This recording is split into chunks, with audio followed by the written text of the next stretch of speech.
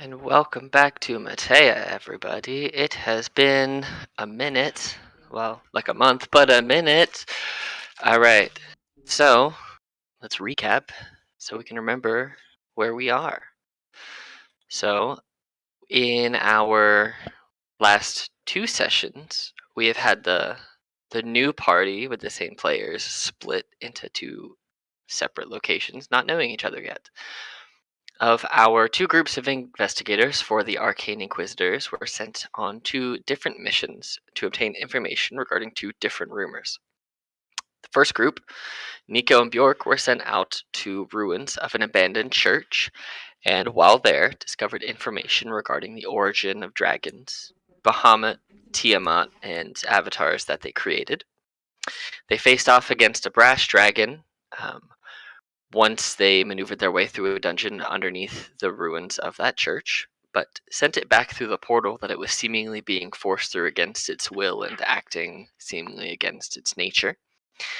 Upon successful completion of that task, you two learned of information that described how to control dragon and dragonkin. You're not 100% sure of what it was because the writing was written like it was notes of a madman and in an older version of Draconic that hasn't been around in a very, very long time.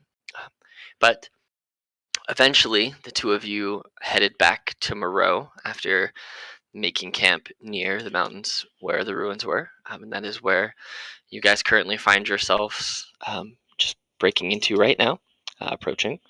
Our second group, comprised of Leaf and Volan, were sent to a lighthouse on an island north of Moreau, where you guys had previously been informed of a potential underground structure's apparent existence.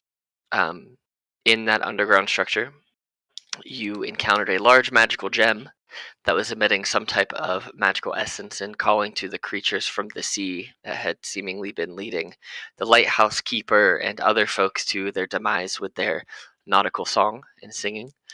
As well as encountering multiple machinations of flesh and bone, some formless, some with metallic inserts for limbs that acted as weapons.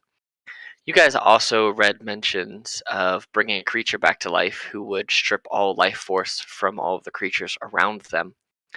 And after successfully obtaining this information, you guys made your way back to the boat, and you rowed that boat back to Moreau to return to the Arcane Inquisitors headquarters.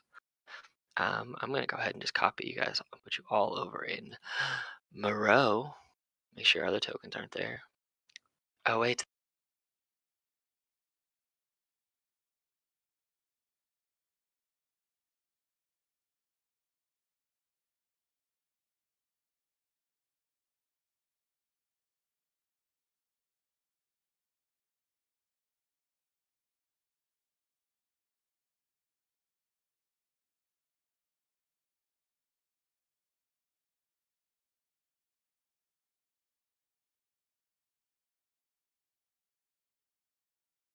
Nico and York.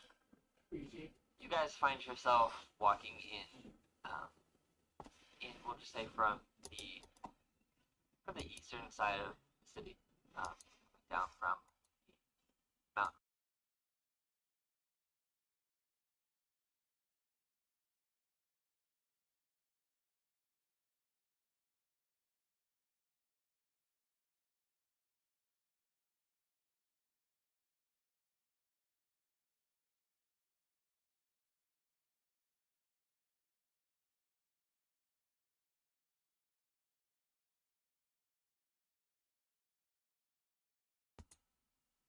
to have to put out a password to get in there, but you have been working with them for enough months at this point that you typically choose one entrance to be.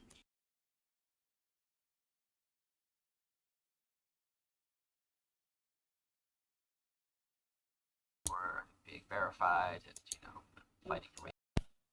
You guys make your way.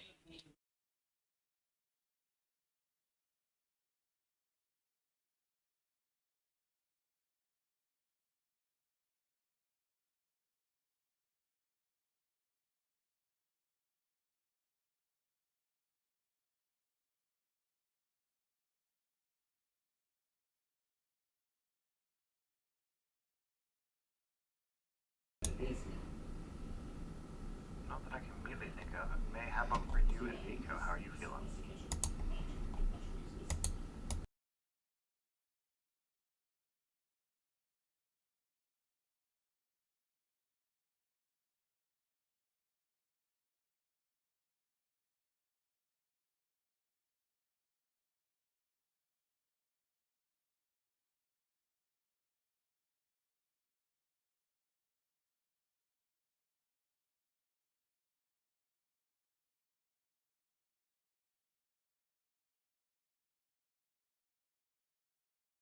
Or willing to buy them from you. How much do you have in gems? 15 gems worth 50 gold pieces each is what I have in my notes. All right, that sounds right. So that's about 750 gold. So as you go to the store owner who's willing to purchase them from you, they have one of those eyeglasses that they like squeeze in real tight, and they like you see them focusing down and kind of twisting it, kind of like a single monocle eyeglass, and they're kind of staring at the gems and putting them real close and looking at them in different directions. They're not all super well cut. Some of them are better than others. Some are a little bit bigger than others. And he looks at me and goes, "Well, I'll give you 600 gold pieces for the lot."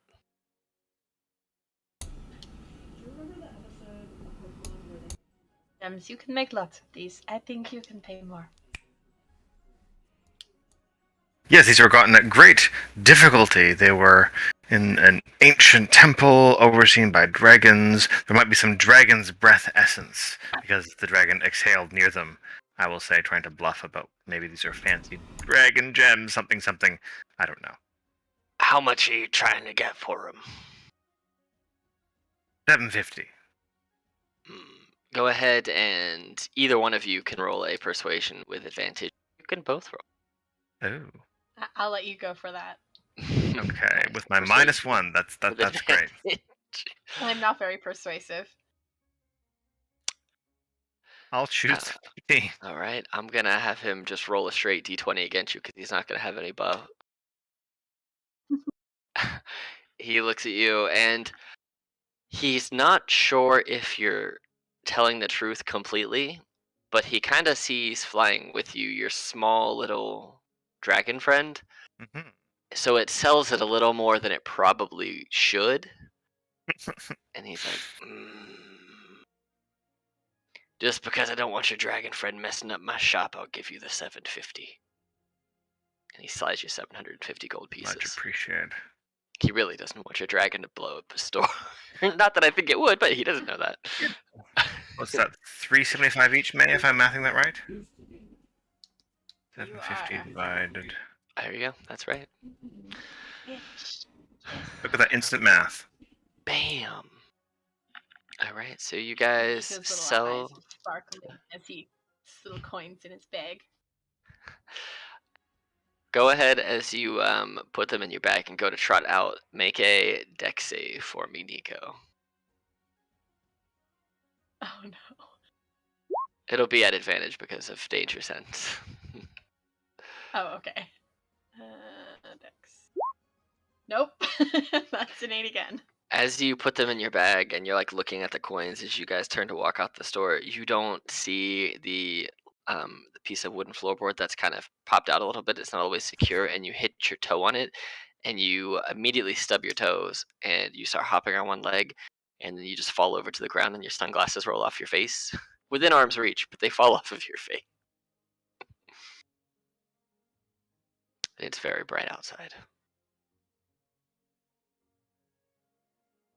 I'm gonna scramble around trying to feel for them while my eyes are kind of squinted shut, like, oh, Nico, you where okay? are I'll my try to glasses? reconnect her to her glasses. You successfully It burns! It burns! you successfully reacquire your glasses and put them on with minimal sunburn to your eyes. Oh, thank you, my friend. That glowing orb in the sky is out to get me, I swear. It is a beastly ball of gold. Fearsome. And firesome. Okay. Do we need to buy anything else, or can we go and complete our I don't mission? think so. I'm fairly well supplied and provisioned. Okay. All right, so you guys make your way through the district, kind of to almost like the equivalent of their warehouse district, where they're starting to like turn some of these older storage buildings into shops and almost factory type things.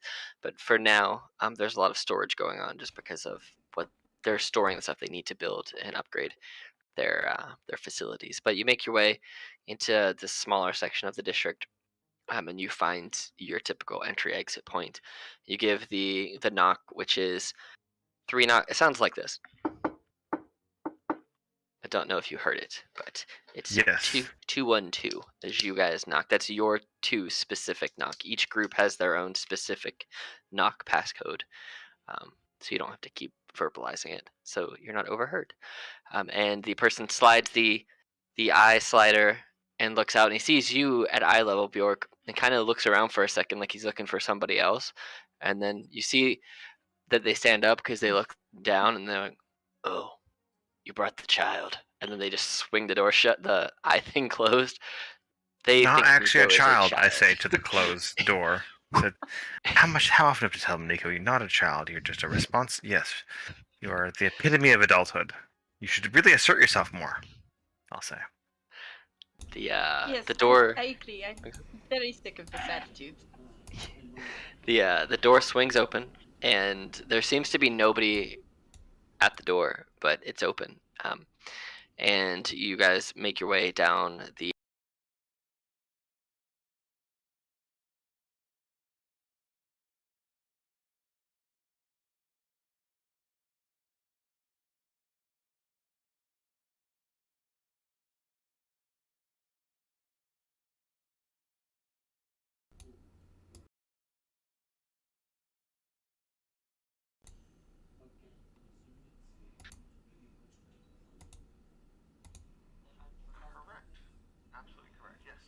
Successful mission, I might add. Ha. Excellent. Well, I have been asked to take you to a waiting room. If you don't mind, I will lead you there now. If you're okay with that, unless you have other immediate business that you wish to attend to. Lead on, I'll say, looking at Nico for confirmation.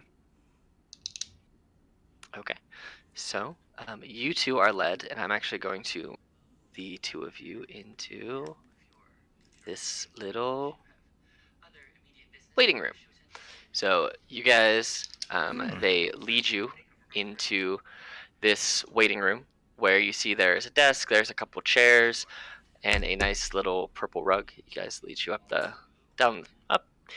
lead you down the stairs into this little waiting room. And you have some chairs here. You have a little bench here and a bench here, as well as a desk with just some random files and papers on it. Nothing that seems to be too uber. But this is your standard waiting room. They're effectively like dentist office magazines on this bench. So they say, "I will return to acquire you shortly. We are waiting on a few more people. So please just wait here. Anything you need, feel free to call out, and someone will attend to your needs. I shall return." And then they leave and they close the door behind them. You don't hear it lock or anything, but they do close the door. At this point, Volan and Leaf Your Thanks. boat has landed, and you've shored, and you guys make your way from the northern part of the city down into the Artifice District, passing through the district where the castle is located, where the majority of the barracks are located. There does seem to be a little bit more energy in the air today than when you left. When you left almost a week ago, there's more. There's more energy. There's something going on. No one's necessarily talking about it, but it seems the king has something they are trying that they're going to be doing. Yes. So basically, where you guys are today, as of right now, I was telling them before we started the stream, Michael, that I was thinking about it, and timeline-wise, basically your guys' missions were 1 week before instead of 2 to 3 weeks. So as you guys are arriving back to town now, this is the timeline where your primary characters started. Like Gotcha. it's the same day as when everyone is doing their stuff. So you guys see the barracks and the militants are a little more high energy today. There's something going to be happening. You're not quite sure. You're not really worried about that. That's not why you're back in town today. You are to make your way back to headquarters and report. So you guys make your way down into that district. Is there anything specifically you wish to do before making your way, before arriving at your headquarters?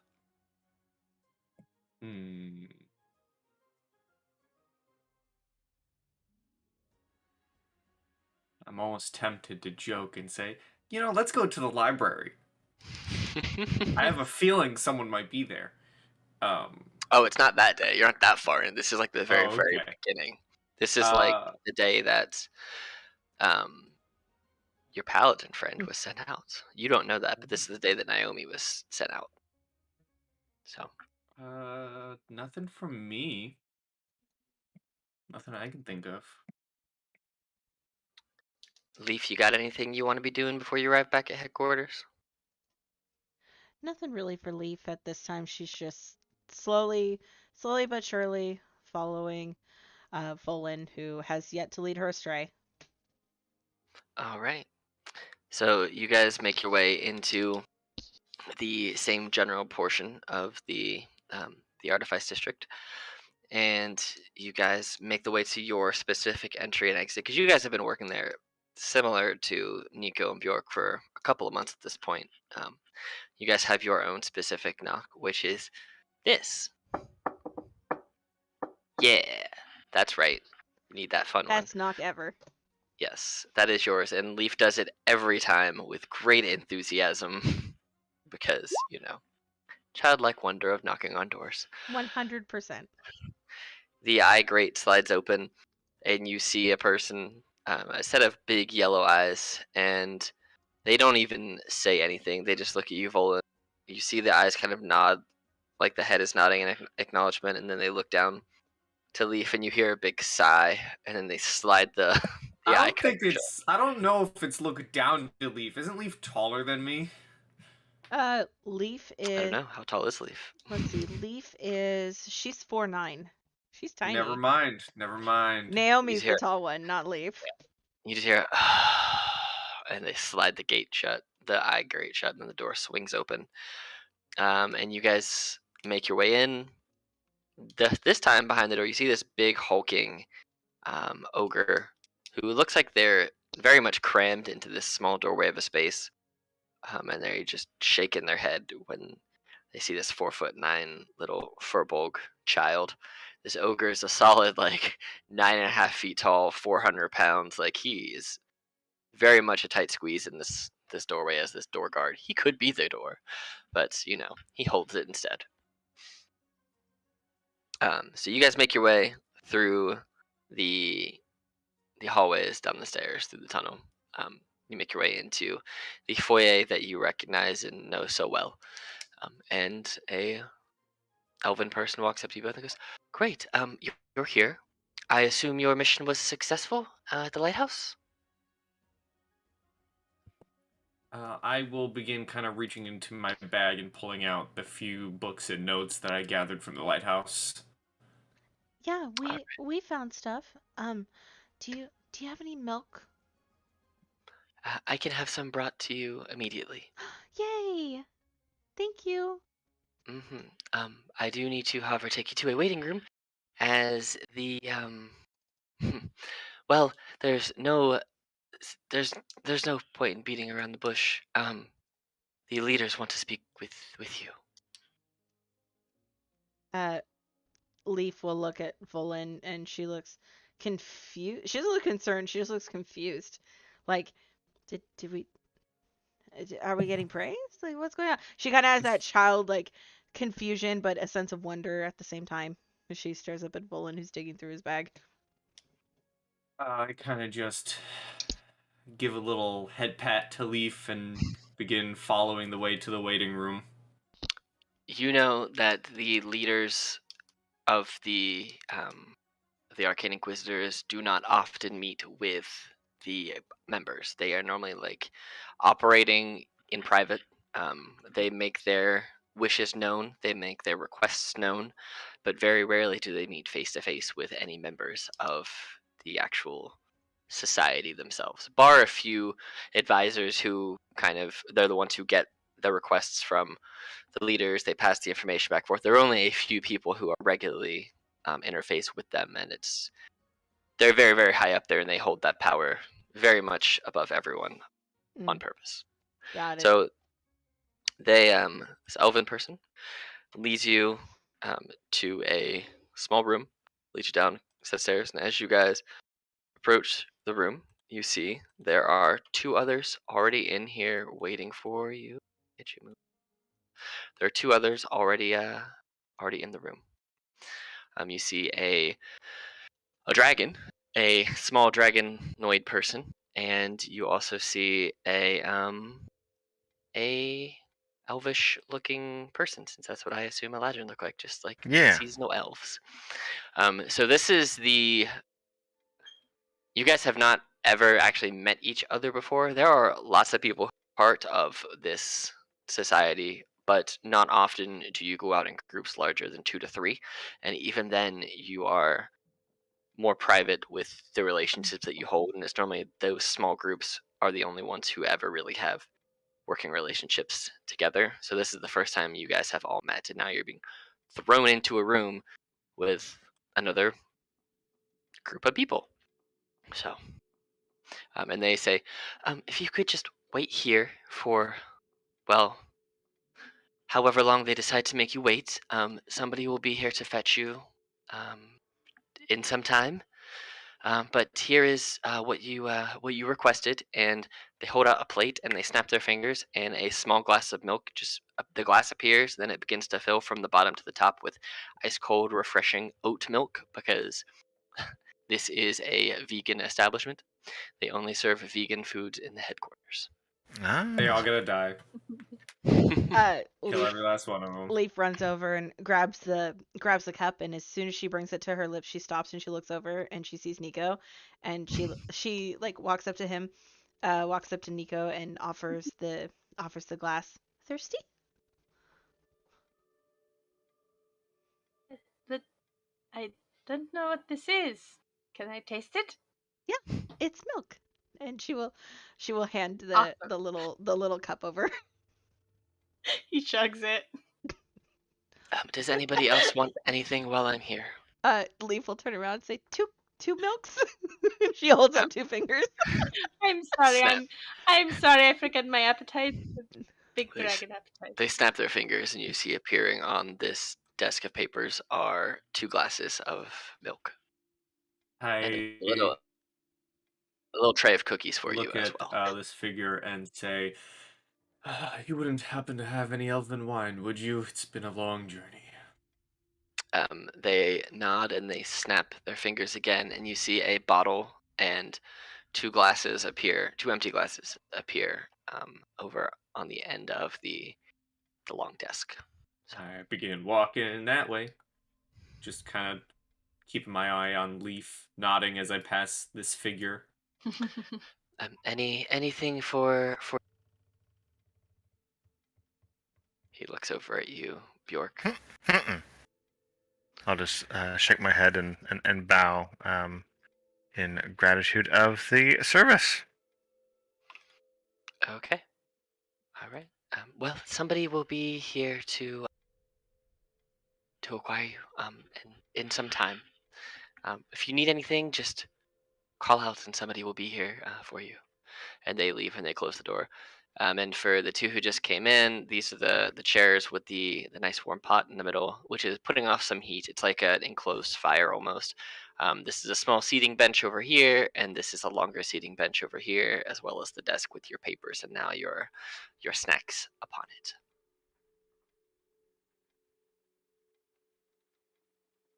So, I assume you are also fellow mission folk. What was the nature of your recent adventure?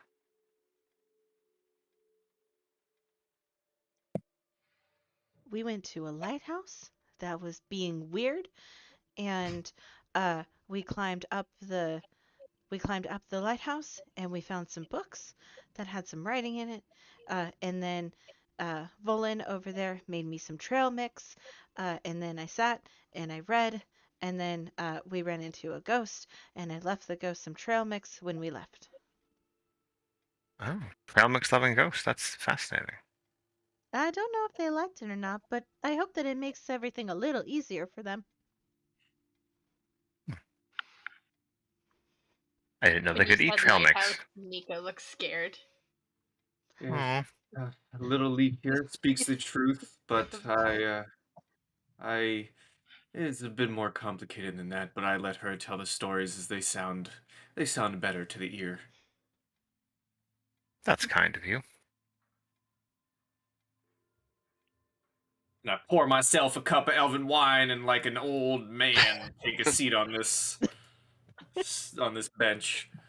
When you sit, you're not sure if it's your bones or the bench, but you hear a cracking. So Oh God, you're in your 30s. I am. Yeah, I'm in my 430s. you think it's a bit of both. The knees and the bench, they're both not quite as strong. Maybe a as they little bit once of the were. back. Maybe. Nothing is quite as strong as it once was. Luckily, Leaf is at least keeping some of your musculature in place and your bones aren't all falling apart all the time. Wait until my 450s. Oh no. I wonder if we're here for praise or punishment. This seems unusual. Well, what did you do? I think we did some good stuff, and if you're here, I'm sure you did too. We fought a fierce dragon and we defeated it, sent it back to where it came from. You're so We are brave warriors, and I hold my little sword out. Leaf puts down the glass of milk that she had grabbed, and she like applauds. Yay! Brave warriors! We fought with peace and sent it back. You fought with peace? Yes, well, it would be terrible, of course, if I fought another dragon, a fierce dragon, but I mostly just scared it off. That's an interesting version of peace. I don't fight. I fight with peace too. But I do more healing with peace than I do fighting with peace. But it's still in the peace family. Does that count? That works. That sounds like amazing magic. Yay! Are you a magical person? I am a magical person. I can do some magical things. And she will run over to the little pot, which probably has a fire in it. And, and she will I'm like following behind, trotting excitedly. She will put her hands over the flame, and using thaumaturgy, she will make it brighten really bright, and it will change to like blue, and then red, and then purple, and then green, and then it will get like really small, and it will go like violet, and it will go yellow, and then it will go back to the normal like ember orange color. Beautiful. Magic. You can So see pretty. like Nico's not looking at it directly because he has his little goggles on, but it's like reflecting on his goggles as he's watching. It's almost like the reflective poker glasses that you shouldn't wear in a poker game. You Remind would Nico lose. to not play poker. You know, I'm gonna go back and say Volan grabbed the bottle. That's valid. Fair. That's fair. Fair. Sure. Leaf will turn to Nico and she will hold up. She will hand Nico the glass with milk, and then she will hold up hers and say, "Cheers to new friends. My name is Leaf." My name is Nico. And I am Bjork. Good to make your acquaintance, all. Pleasure. Would you like some milk, Bjork? I drank already. I think I'm okay. I have some elderflower cordial, and I'll just kind of sip from my own little stash. Did you give your Drake a name? I didn't have it in here. I don't know if you did or not. I think I did, and I forgot it. So That's fine. I just named it White Drake in the meantime until I knew what you wanted There you to go. call it. let's call it Bianca then, since it's white. All right. Love it. Bianca Castafiore. Bianca and Bjork. All right. Cute. Bianca. Bjork is very powerful and very strong and works with dragons also. I'm like introducing him. Well, that's And in this that's corner, Volan. weighing at And that's Weighing exactly it old. and that's exactly what Leaf does. She points to Volan and says, "That's Volan. He's very strong. He's very smart. He's very wise, and he's a really good person.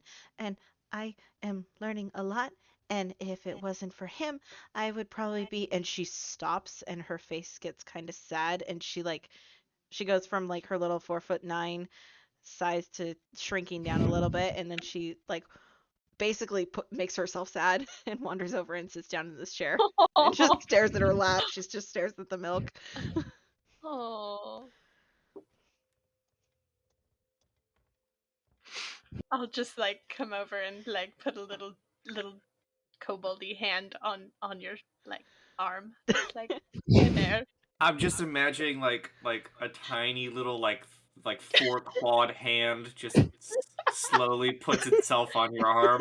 Not very comforting. No, it's But trying. he's trying his best.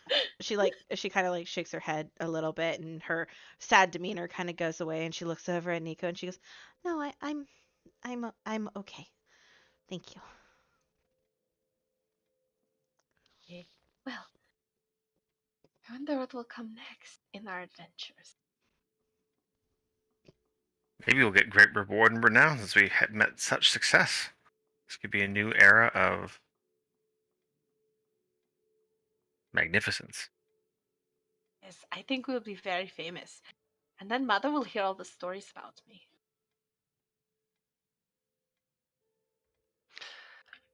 About 45 minutes go by. You guys are kind of talking and drinking and just kind of sitting around. And then the door that you were led through opens. And you see the same person who led you both here. I was told it was time to take you to the chamber, if you were all ready. Oh, is it the hero's chamber? I've never been in, so I don't know. I merely lead you to the door, and once I see the door open, I leave and you all head in. It's not my place to enter. Hero? I am an attendant. Okay. I'm sure you're a hero of other things. I mean, I could throw a bunch of tacos back on Taco Tuesday, but that's a story for a different day. That's impressive. A true hero. A true hero indeed. I want to be just like you. We can talk tacos on a different day, but now I have a job to do. Ileana's has definitely given you her blessing. Well, maybe that's why I have such a strong gut then.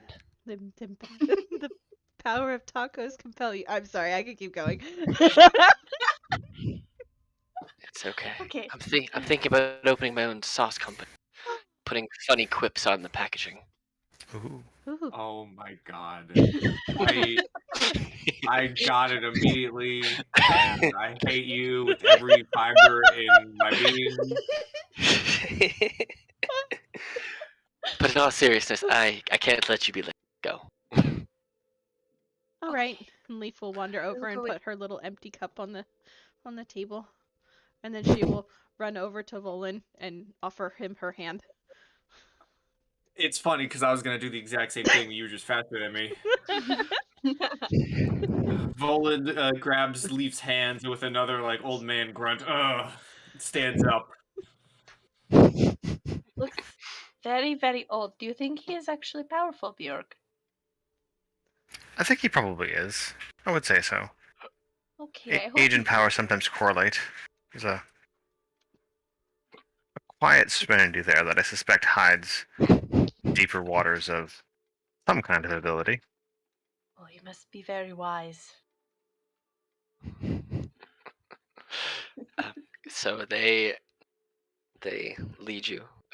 Have you follow them probably for 5 or 10 minutes to get through some of the walkways that you need to get to, and you see that they lead you to this large stone door.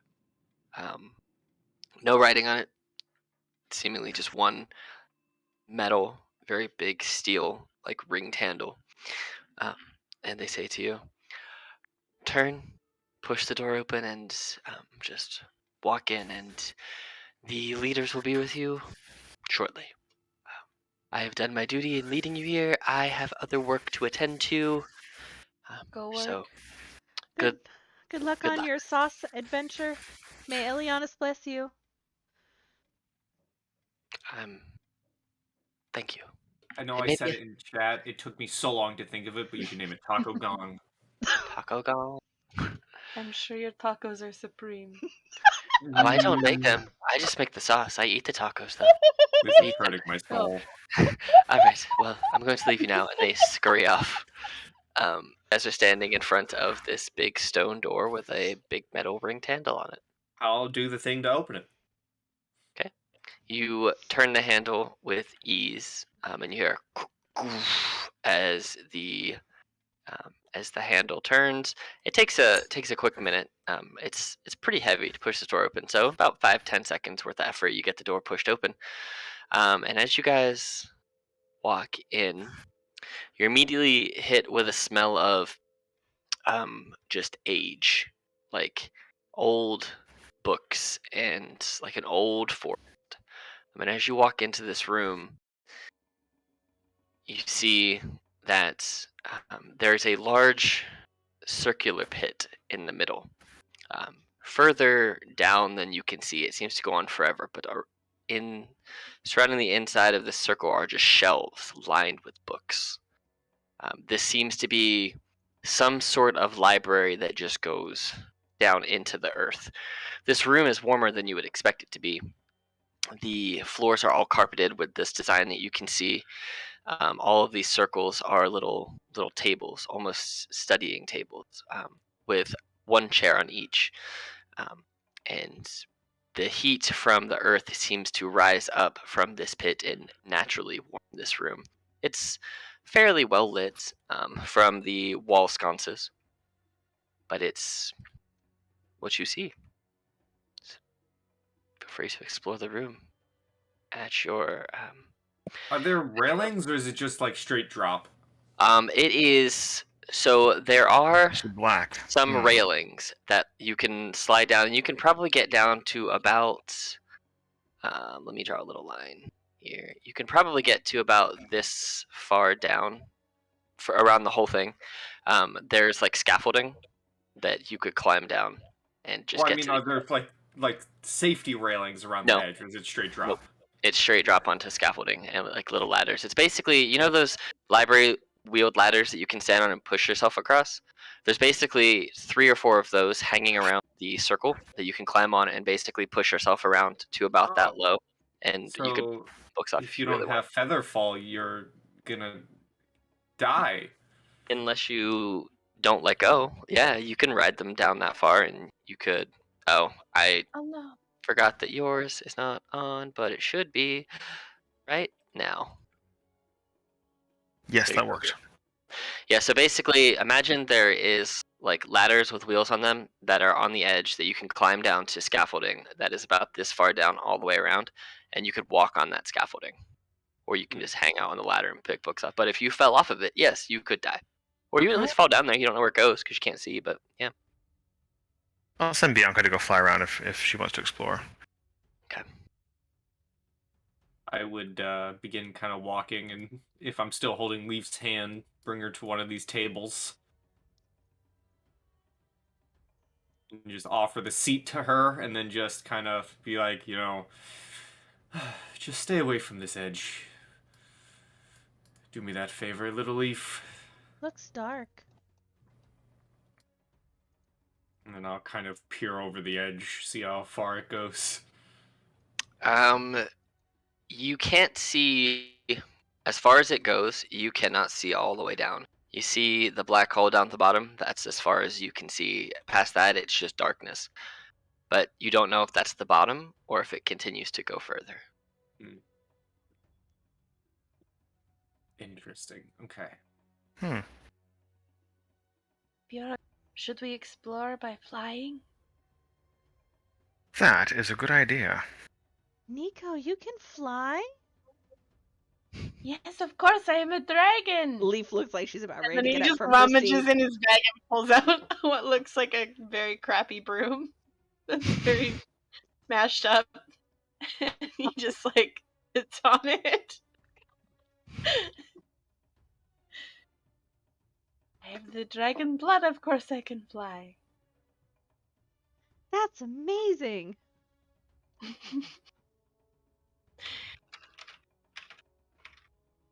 You guys can fly around wherever you like. If you're looking for anything in particular, you can search for it, or else you can just fly around. I guess I would see if there's any like pattern or theme to the books. Like, does it seem a well-organized library, or? It does. It seems to be the further down you go, the books themselves seem to be getting old. You can tell that they're less read, as some of them have quite a thick layer of dust on them. But the books seem to be organized more by year of publishing rather than like category. So if they're Got looking it. for books from a certain like generation, it's kind of set up in that frame rather than these are your horrors and these would be your biographies. It's set up by it's chronologically set, with the most recent being up top and the furthest away being very, very bottom. Okay. So Bianca, would you like to fly with me? Yes, of course. I think she would. I don't think she talks, but yes. I Does think she you talk? could. No, she talks to you. She can understand Does she you. understand, though? I'm pretty sure she can understand you, Bjork. Maybe I'll try to pretend that she can talk Bjork is for the sake of. translating. No, it says that the Drake companion speaks Draconic. So actually, it says it can speak Oh. Draconic. It doesn't say it's limited to just Oh. what you say. So Nico can probably talk to Bianca. So I was Be like, thinking Bianca, you can Draconic have a and play date speak with Nico if you Draconic. like. Be nice to Nico. Yes. Fellow dragon blood. Let's fly. I wonder Whee! what Bianca thinks of this terrible brew. Bianca just flies down, and you just hear under her dragon breath, "Everybody thinks they can speak Draconic well," which is funny because What you're are we inherently looking born with for? it. I'll call back up. There's a lot of books. Are we looking for something specific? I don't think. Oh, you're not asking me. You're asking. Do I also play Anybody, Bianca? I guess I do. You guys I'm can all yelling hear. out. I think I'm very Bianca's just like loud. looking for tasty books. Is her deal? Oh. Go ahead and roll a Tasty. investigation check for Bianca for tasty books. Yeah. Oh. Okay. No. Bianca, every time they go to bite a book, it seems that the book like almost pulls away, and she gets a mouthful of dust and spider webs instead. Do not want to be eaten, Books. apparently. Mm-mm. Can I try to pull one off the shelf? Yeah, Okay. you pull a book I'd off pick the shelf. like Huh. like a nice shiny one, or one that looks like valuable. All right, yeah. You pull a book off the shelf, and it doesn't seem to resist being pulled.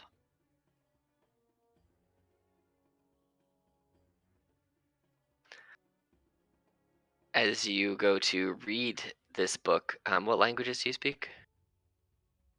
Celestial, Common, and Draconic. As you flip through it, it seems to be a book talking about it's in Celestial, and it seems to be talking about how there were many generations ago a race of angel-like people that left the celestial plane and came to the material plane and intertwined with mortals and created a new race of celestial hybrids on the Ooh. material plane. It's kind of like the early narrations of the creation of the Aasimar, this plane. That's Mar fascinating. before?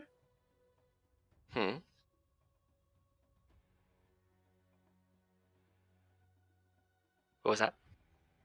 Have I heard of Aasimar before? Roll a history check.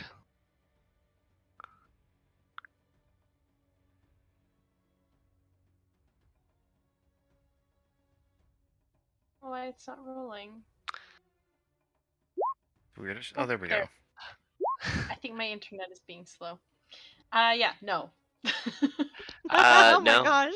You have not specifically in your travels heard of half angel people. When you think of like celestials, you think of like big creatures with many wings, many eyes, all of the arms, like the celestial gods and goddesses that you've read about and heard about that people worship. Not these like half celestial, half mortal beings that this is kind of describing. It almost seems like a fairy tale, something that cannot possibly be true. But it's in a book, so you know. Read a little bit to Bianca, and then Bianca can relay it. Bjork, I'm assuming. Yeah. You have to as you translate it from Celeste to Draconic, you lose some of the meaning of what it is. So it really is then presented to you, Bjork, as like kind of a child's fairy tale of people falling to the plane and creating more people. It's and Bianca's not necessarily like hyper intelligent, so Bianca has to explain it in like the ways that Bianca would understand. Actually, she has the same intelligence level as Nico. They're both an 8. So it's a child telling a child fairy tale to a child. yes, and then that child then going to try and tell their parent the fairy tale. The fairy tale of the children. So by the time it gets back to the parent, it's like lost all context. The story's like chopped up to bits. Yeah. Things have been added in that weren't there before. Correct. It's almost Have like you ever had a kid try to explain a Marvel movie to you? it's like that. That's what it's like. There you go. It's like someone trying to tell you the creation of Ultron, but not knowing how that works. So. That's my worst nightmare. As a big Marvel fan, that's my worst nightmare right there. Hearing a Marvel movie be told horribly wrong, I'd be freaking out. Yep. But yeah, that's what you get from that, Bjork. It doesn't sound like it doesn't make any sense. It's just okay, great. So I realized how much of a goof I am. Yeah. I was gonna sit here and just do nothing. I was wondering when you'd remember you have those from last time. I absolutely have winged boots. Yeah, you do. I'm such a goof. Mm-hmm. So I look at Leaf. Leaf has never seen them used before. No, you just got him. Yeah. And so I look at Leaf and I say, Leaf, stay right here. I will be right back. And I kind of click my heels and I just like dive bomb off the edge. You have never seen this before, Leaf. You just see Volan go and just like swan dive off the edge. Volan! And she jumps off the chair and she runs to the edge and drops down to her knees and peers over the edge. She cannot see. You just jumped into darkness for this poor child. A few seconds go by, and then Volan begins like walking a staircase. He just walks right back up directly in front of you. She is crying because you scared her and did not tell her anything. She's like silent crying, just like the first day you found her. That's sad. Not to do the damage. I'm letting that be known right now. But Volan has his hand out and boops you on the nose and gives you a little shock. Not with lightning or shocking grasp. Yeah. Get out here. Yeah. Zap. Roll a strength save. Just gives you a little shocking boop on the nose. Beep. And she like falls back from her like crouch position like onto her butt and like rubs her nose. Why did you jump? How are you flying?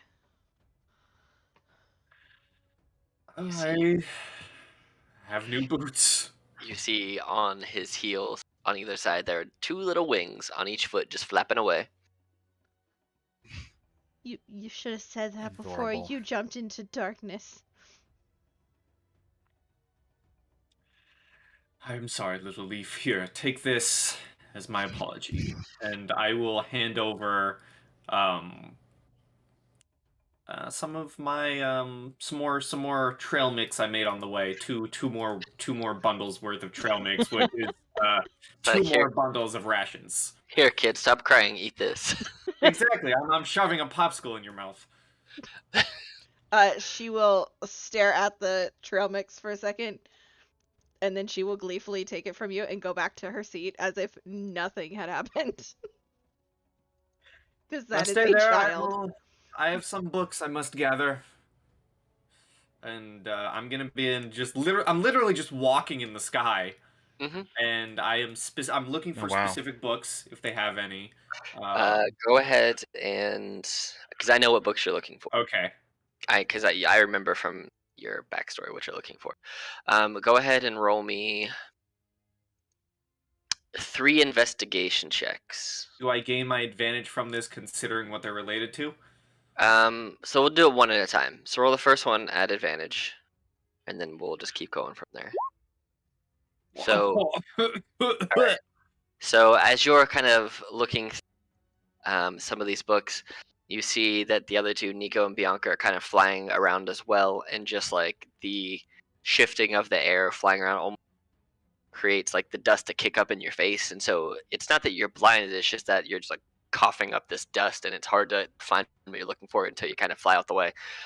So go ahead and roll another one at advantage because you know what you're looking for still. I got +7, man. All right. There we go.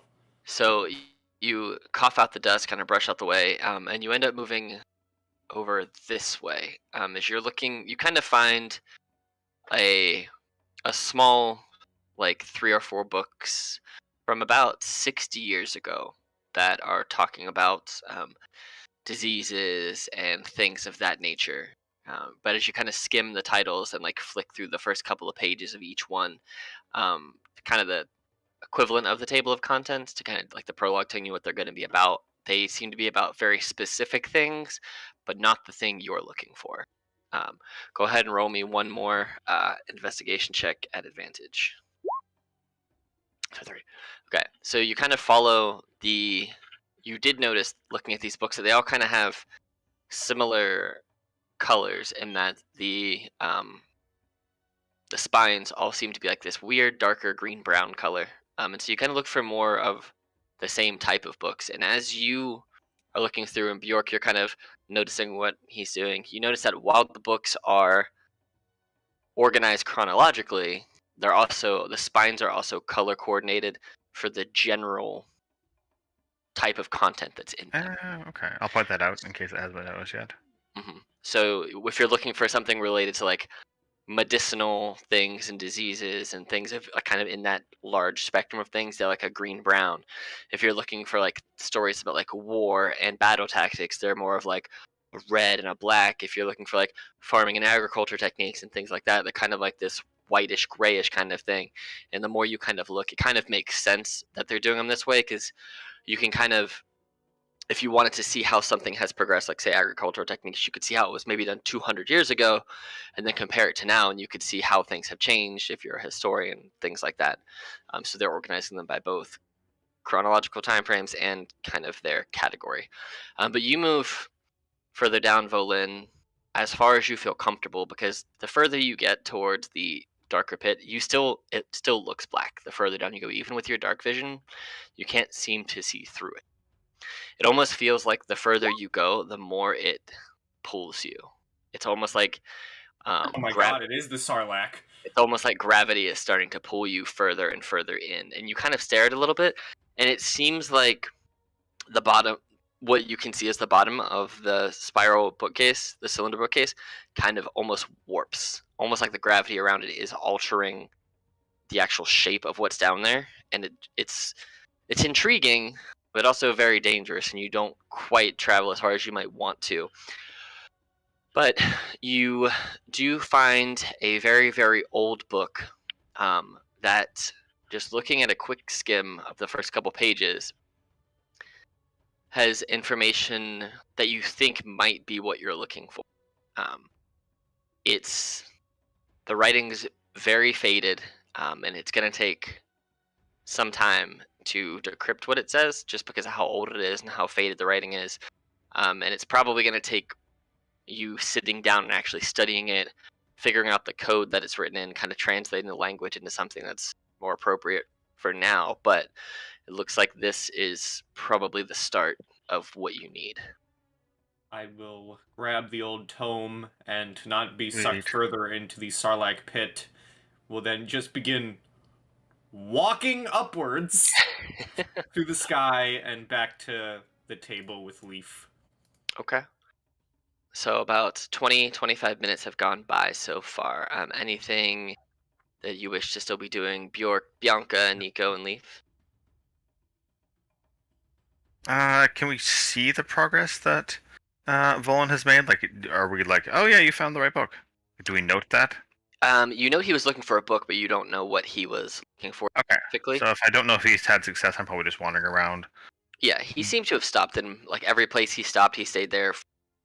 He kind of like pulled the books out, kind of shuffled through a couple pages, read them a little bit, and then put them back. It looks like he was looking for something, and he finally found something. Whether it's what he needed specifically or not, he did take whatever the tome was and fly Got back. it. Okay. So I'll just say good job, and I'll just keep kind of wandering, seeing if there's any particular secrets around. go ahead and roll a perception check or Okay. investigation, whichever you want. Let's do. What's better? Perception's way better. Oh no, investigation's one more. Why is that Yeah, +1 versus? I don't know. I don't It's know. got an extra +1 for some reason. Who knows? It's probably proficiency. I don't know. I could probably figure it out if I look. Yeah, it's not a big deal. Yeah. So as you're looking around, you do see that some of the tables around. Oh, it's because your intelligence modifier is higher than your wisdom. That's why. +2 That's +1. why. Yes. So as you're kind of looking around, there are some reading tables around here. Not all of these circular tables are empty. It seems the one that you're on now has a open Facebook, and this one seems to be talking. It's a little bit more of history of like dragon in Mateia, and how a long time ago, about let's say 100 years ago, the last like big resurgence of dragons and dragonkin, like the dragonborn and the flying dragons themselves, you have seen small pits of dragons. You yourself acquired Bianca not from a full-on dragon. I don't remember if you told me how you found Bianca, but I don't think I did. Which but is fine. but you being a ranger, in your early ranger years, you were out doing ranger stuff out on the land, kind of just investigating and just trying to figure out what you wanted to do with your life. You found this strange egg, and as you kind of helped nurture it and raise it, it did turn out to be that of a dragon egg. You never did the only one. You never seemed to see any other small drakes and dragons, no other large flying dragons. You know there are smaller dragonkin descendants like Nico, but nobody really considers kobolds to be dragons, even though far descendants of them. So this book that you're looking through kind of gives you a brief history of no one really knows what happened to them, but they all just kind of disappeared about 100 years ago or so. No one's seen a full-on dragon that you're aware of and that this book is aware of at the time of publishing since then. I'll pass that on to the group when we reconvene, but that is very interesting. But as you kind of make your way around there, Nico, were you doing anything else in particular?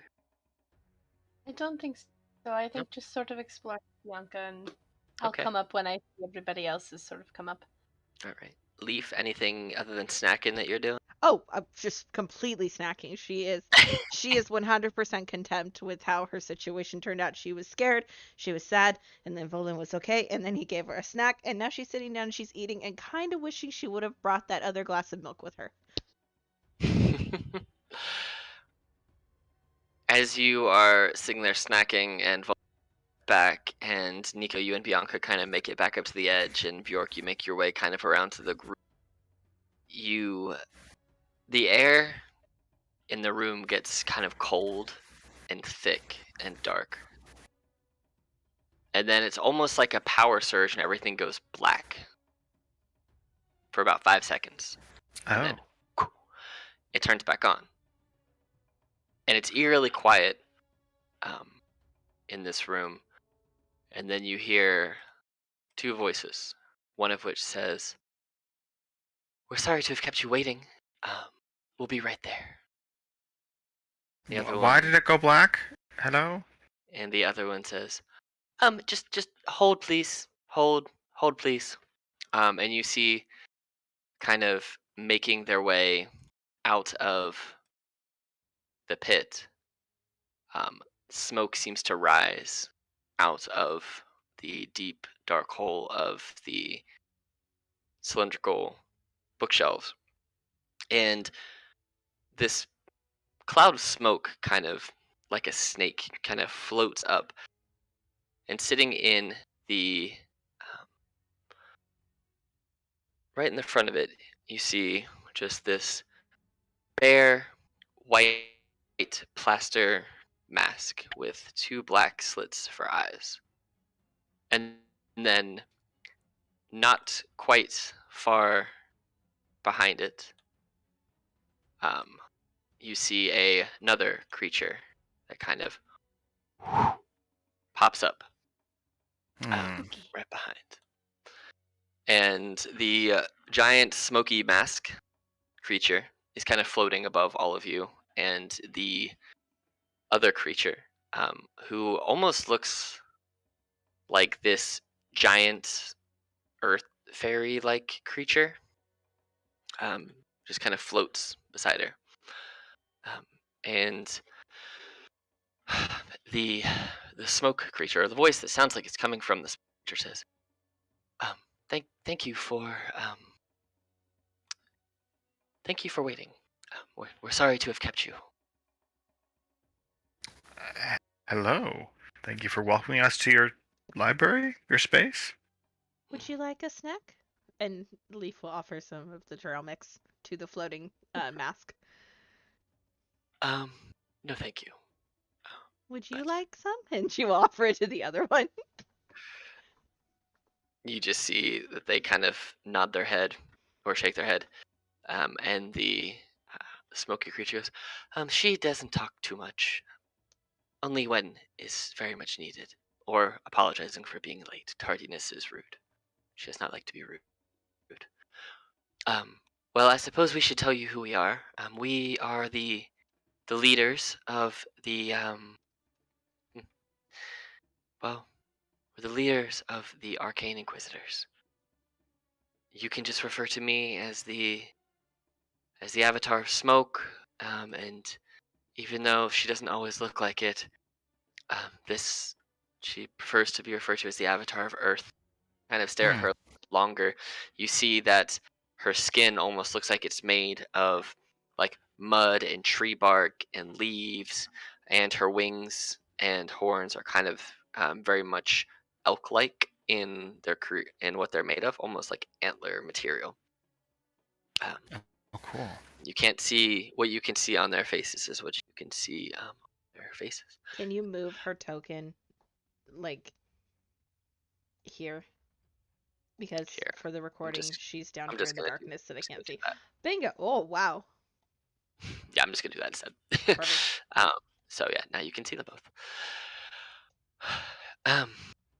Well, we called both of your groups here today because we have a job that we need done, and we think that you are the best fit to do it. If you're willing to work together and take on tasks, which, well, is going to be very dangerous, quite frankly. So you chose your bravest of heroes. Something Our like most that, yeah. available of heroes. Yeah.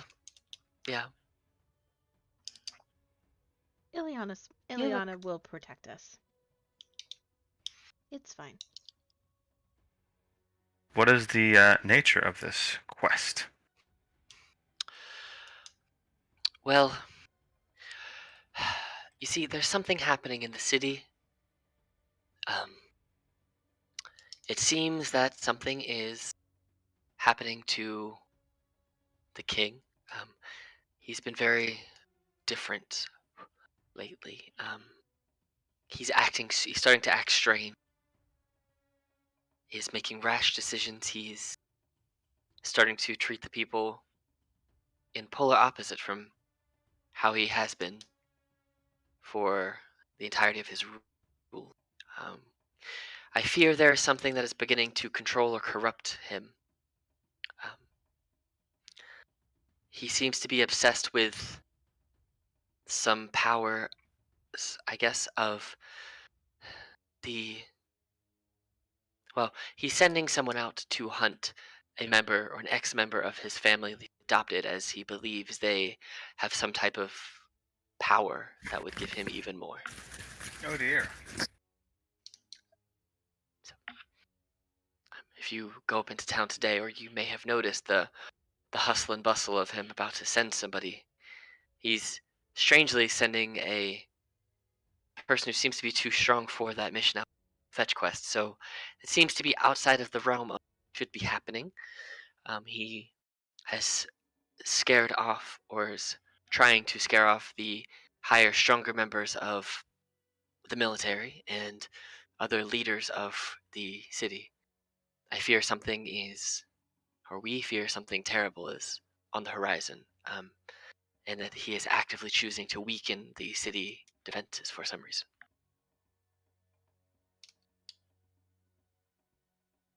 Well, that is alarming. We do have some leads, but we have to wait for the information to return.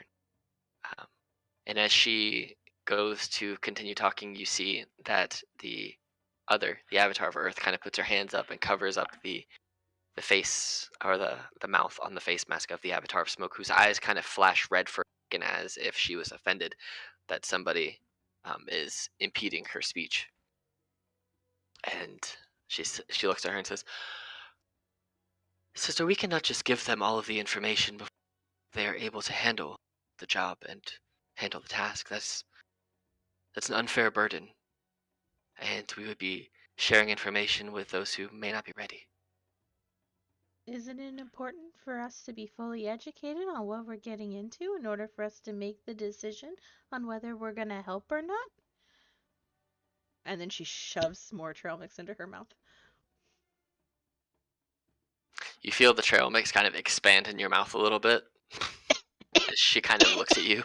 Now your cheeks are very full, like that of a hamster.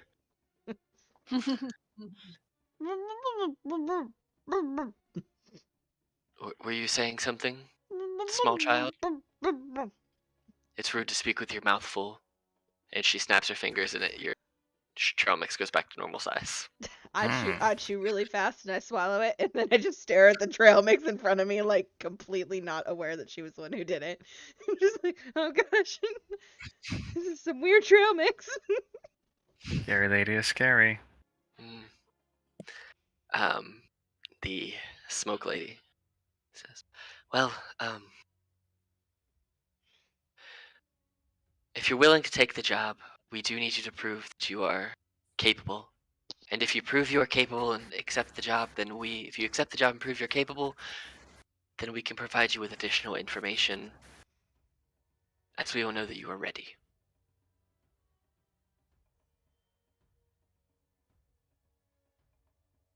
What do we think, gang? I think this trail mix is funny.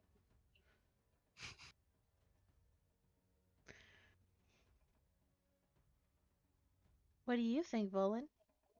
Not about the trail mix, about the job. Well, I know the trail mix is good. I make it. True. You didn't wish make for the us. job, though. You wish for us to prove ourselves, but you give us no leads. Where does that bring us? Do you expect us to walk into the castle and figure it out for ourselves, or is there more to this? Well, if you were to just walk into the castle, meet not quite a great response, but we would like you to investigate the king, shall we say, in one way or another. But if you can prove yourself that, to be quite frank, the mission that we wish you to undertake has already taken the lives of, be sure that you are physically, mentally prepared enough to take it on, as we don't wish to lose more of our subordinates. What do we feel, gang, about like a tentative acceptance? Is that something that you would acknowledge while we find out more and converse more? Well, if you wish to speak further, we can certainly. There's a combat challenge we wish you to undertake prior to giving you the full details of the job, just to make sure, like I said, that you are, in fact, ready. And if you pass the combat challenge, then we will give you all the information you desire that we have available to us. And then at that point, you can determine, after the combat challenge, if it is a task that you wish to undertake or not. As we do not wish for you to put your lives in harm's way without at least experiencing a sliver of what the job might entail and having a more open understanding of what it is that you would be getting into. That seems reasonable. Companions, what do you all think? I think this is a good test. I think we'll pass it. Should we accept? I just request that I be given allowance to keep this book, or at the very least hold on to it, and be allowed back in to continue and further my research into some of my works. The books here are vast, and they will aid me in what I need. Of course, you can, if you accept the job, you can keep the book as, say, early portion of payments, and upon return, you can exchange it for another, as we only allow one book to be taken from this facility at once. But if you wish to study here, then that can be arranged. Volan kind of walks to Leaf's side of the table, and while she's on the chair, kind of just kneels down, so they're kind of like face to face, and says,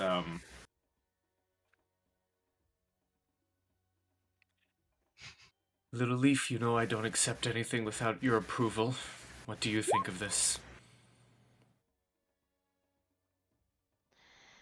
I am concerned.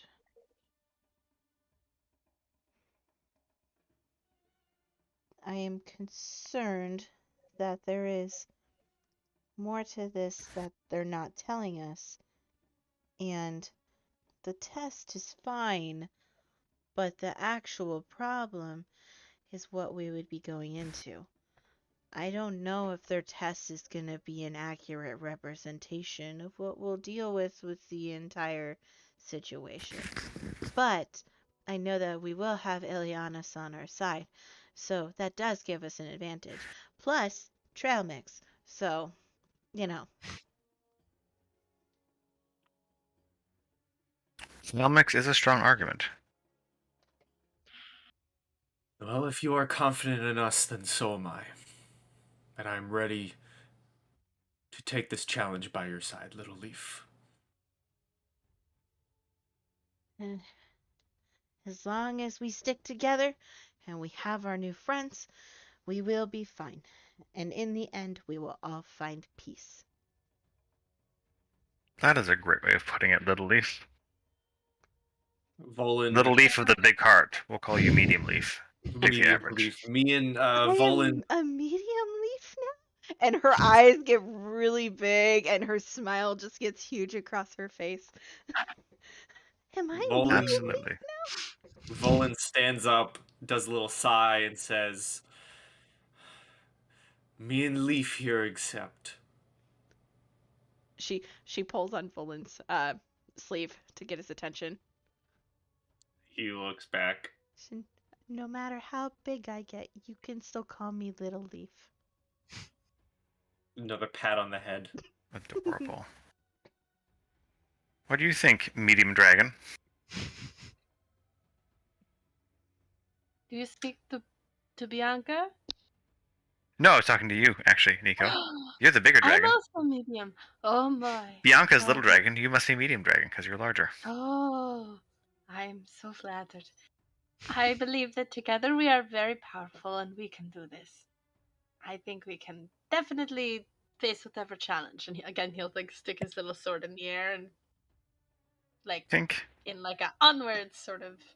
with your sword and my bow, who has an axe? Unfortunately, not me. I have a staff. I have a shield. No, I have a You're mace. Gandalf. Gandalf. You're our Gandalf. I have a mace and a shield. Okay, so we have our Frodo, we have two Legolas, and we have our Gandalf. And you have an eagle that you should I have flown. also realize this whole thing is very funny to me because not a single time have any of us described what we look like. Exactly. True. Well, if you are all willing to accept the test, I can explain to you how the test will work. Yeah, please do. So, we need to test your durability, your strength, and your combat fortitude.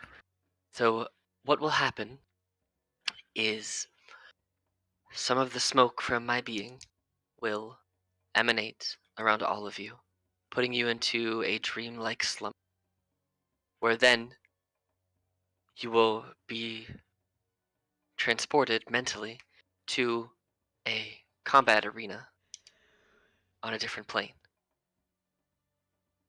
While there, you can fight and battle to the extent of your capabilities, but know that if you die, your body will not pass, nor will you die in general. You will merely wake up. You will have no long-term injuries. You may feel a little uneasy or like you didn't have a good night's rest, but you will not have any physical or lasting harm to your current selves. So, don't be afraid that you will pass, because you cannot and you will not. It is an illusory world of my own creation. Fascinating. This Avatar Smoke saying, don't be afraid, reminds me of like the depictions of like biblically accurate angels saying, "Be not afraid." Yeah, I'm gonna be afraid. You're horrifying. Not wrong. But if you're ready, we can send you there.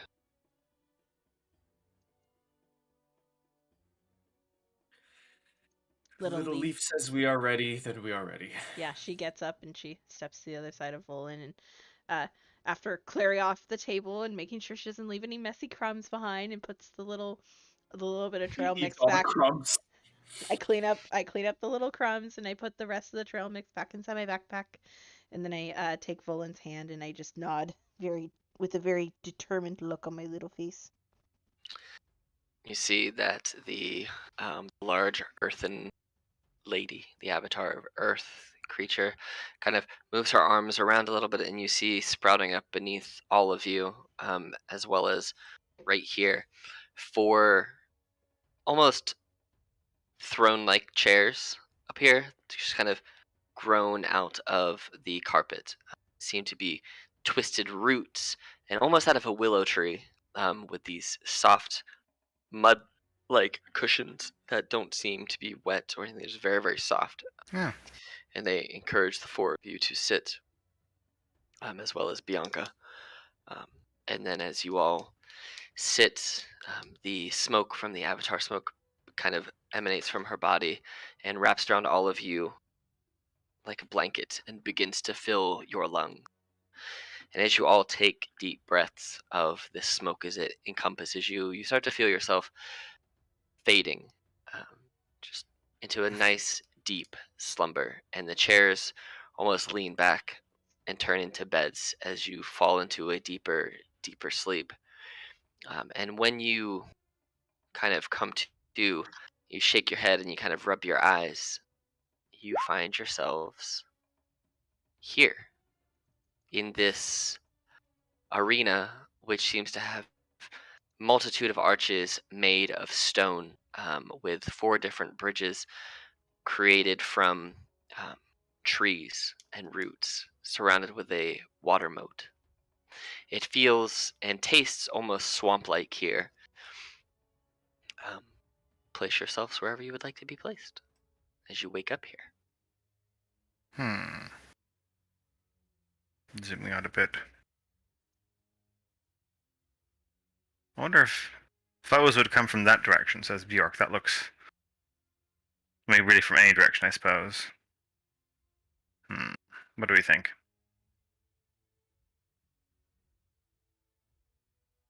Like for us to all be sort of close to each other. I think we should be in the center, but close as well, because then they can't come up on any side, and we're not backed over the. And she kind of like peeks over the edge. What? Water? Or we can have a corner. Are we Easier to defend a planning, or are corner. we still waking up? You guys have awoken and you are standing in this area. So I'm just Easier gonna to defend a corner. I'm just gonna hover hand my rapier Well, and bef- just take a few steps forward. before don't go too far, Volan. I'm gonna do this thing, and Leaf will step just a little bit behind Volan, and she holds up her shield, and on her shield is a tree, and it is something that would resemble the tree of life, and it starts to glow, and a little leaf falls off of the shields of the emblem of the shield, and it flies to Volan, it flies to Bjork, it flies to Nico, and it flies to Leaf, and it lands on all of your foreheads, and there's a little tiny glowing uh, glowing golden leaf on your foreheads as I cast imbuing bond on all of us. Oh. So while bonded, any creature within 30 feet of another, so as long as you're in 30 feet of one of the 4 of us, the creature can roll a d4 and add the number to an attack roll, an ability check, or a saving throw that it makes. Each creature can add a d4 no more than once per turn. So basically you have bless once per turn with a d4. With that also comes protective bond. So this is the bond you forge between the people helps them protect each other. When a creature affected by your warding bond feature is about to take damage, a second bonded creature within 30 feet of the first creature can use its reaction to teleport to an unoccupied space within 5 feet of the first creature. The second creature will then take the damage instead. That's cool. So if one of us is near death and somebody else is within 30 feet, you can bamf to them with this bond. You can bamf to them and take the damage instead. And I will say, because you have a barbarian, that your rage does not reduce that damage in particular. If you're switching to take that damage for that person, you'll have to take all of that damage. Just so you know. That makes sense, I think. But yeah, this lasts 10 minutes. It is not concentration. And I can do it up to 4 times. So. And you can stack bless on it. And I can stack bless on it, because I can be that jerk. Are you all placed where you would like to be? Yeah. I'm gonna go dead center, just because bow, you know. Yeah. Yeah, I'm gonna go. I'm gonna join, and as I walk up, if we're prepping stuff, as we walk up, or as I'm walking to the center, I'm going to pull out my rapier, and as I pull it out, I kind of slash it across my palm, and some blood speckles out onto it as I give it my crimson rite, the rite of the dawn. As it begins glowing with this sparkling energy, as my weapon now sheds 20 feet of bright light. I have resistance to necrotic damage, and when I hit an undead creature with the weapon, I roll an additional die of damage. All right. As I you think I'm gonna go ahead and cast this friend. Oh, a charlatan stride. Nice. Is that a concentration one? It is. Okay. For a minute. For a whole minute. So I'm gonna put a little dot on you here. It's not gonna be blue. That's harder to see on your token. It's gonna be green.